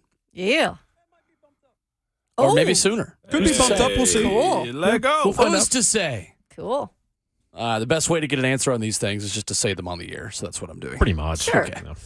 Ramon Foster, Kayla Anderson, Will Bowling with you here. Whole crew here all week, this week. How many receivers, so talking about the Traylon Burks topic, how many receivers would you guess had 1,000 yards in 2022? How many? Yeah. I go 11. 11. Wow. Okay. Kayla? I'm going to go 8. 8. So across the league? Yeah. 20. Oh, across the league. 22. Okay. Double my number. 17th game makes a difference in that. Yeah. Yep. When you were playing, it was probably more 22. around 10 to 12. But Yeah. 22 receivers had 1,000 yards, which is more than I expected there, too. Way more than I expected. He just called you old, Ramon. Yeah, I mean, he did. It's fine. It's okay. You're all fine. wise. Yeah. That sounds really older right there. And condescending. No, I won't even take condescending. How many in the AFC South, Will? That's what I was thinking. I'll pull it up again. Yeah, Ooh, I'm curious. That's a great question, Kayla. Just because Houston's deficient in that department. Yup. I don't think Indy had anybody. No, Michael Pittman Really? was like the first one who didn't have 1,000. Jacksonville, maybe? Maybe. Kursk. Christian That's Kirk, really- maybe? Yes, Christian Kirk definitely had Okay. 1,000 yards. Okay. Easy. Yep. Would have been the only one, I think. Out of the South. Isn't that crazy? Oh, Lord. Man. I know. Hold, please. Yeah, for real. That's very interesting right there. $850 minimum, man. I think that's fair for In Traylon. 2022, Christian Kirk had 1,100, Okay. and that was the only AFC South Yeah. wide receiver with 1,000 yards. Michael Pittman Jr. had 925 yards. Just about there. With 17 games. Meanwhile, the Bengals had 2 receivers Yep. with 1,000 yards on their own team, which the Titans almost did 3 years ago. Mm-hmm. How quickly we forget. That's a good point. Corey They Davis. were a couple yards away from that was Corey a long Davis time getting ago. it. Yeah. Is Corey on the trade block? I don't think so. He's not. Okay. Doesn't appear to be the case, Okay. which is interesting. I've seen his name come up a lot. I'm just like, I didn't realize Corey was on the trade block about to get cut. Then they Like, kind of shut it down a little. yeah, because Aaron Rodgers, I'm sure, need all the weapons that he possibly can get. It feels like the Titans are banking on somebody making a training camp cut and being able to pick up a veteran wide receiver who doesn't make a roster at a camp. Yeah. Like that's legitimately, I'm beginning to believe that the wide receivers currently on this team will be the ones who start training camp. You're not going to add another legitimate name until camp or week 1. I think you're right. That's tough, man. But again, run first sets up everything else here. That's just part of the part of doing business here. Which And is, when Derrick Henry had 2,000 yards was the year you almost had 2,000-yard receivers. Exactly. yeah, that's true. If Derrick's get close to 2,000 yards again, man, they got to be. The NFL has to be on top of putting him at the forefront of league images, with the idea that you don't get a guy that does this type of stuff this often. I don't expect it to happen, but if he gets 2,000 yards again, he's in the Hall of Fame. Yeah, I would agree. I'd hope. Yeah, because he's still on the outside looking in right now. Mm-hmm. Yeah. Career-wise, you've got to put up more total yards over your career. Yeah, you do. Mm-hmm. Like he needs about 3 or 4 more years at the height of his powers, and then he's probably in. Yeah. 2 to 3. Yeah. But this is where rings are important. Exactly. Ask Steve and Eddie. And you can ask Eddie, too, about how when he went to his last stop when he was in Dallas. Sure. When you go to the second stop and you bet on yourself to do it in a different uniform and you can't, then you basically are done as far as your Hall of Fame resume. That's the case in any sport. I mean, the reason why Andrew Jones is not in the Pro Baseball Hall of Fame is because he was bad as a Dodger. Wow. Which I that's didn't even think about ridiculous that. that Jeez. Andrew Jones isn't in the Hall of Fame. He's so good. But that's He a was separate so discussion. good. That is the doldrums of Sports Talk Radio Summers. is baseball Hall of Fame topics. I promise you we'll never do that on this show. Yeah, As we God will. is my witness. We will not do Barry Bonds, Roger Clemens Hall of Fame talk. Oh, yeah. Plus, you're going to hate the opinion I'd have on it anyway. Pete We're back Rose at in it there, tomorrow morning at 6 a.m. You can bet on that. That will be ready to go tomorrow morning. Special thanks to Grant Ramey for joining us, to Kevin Dyson.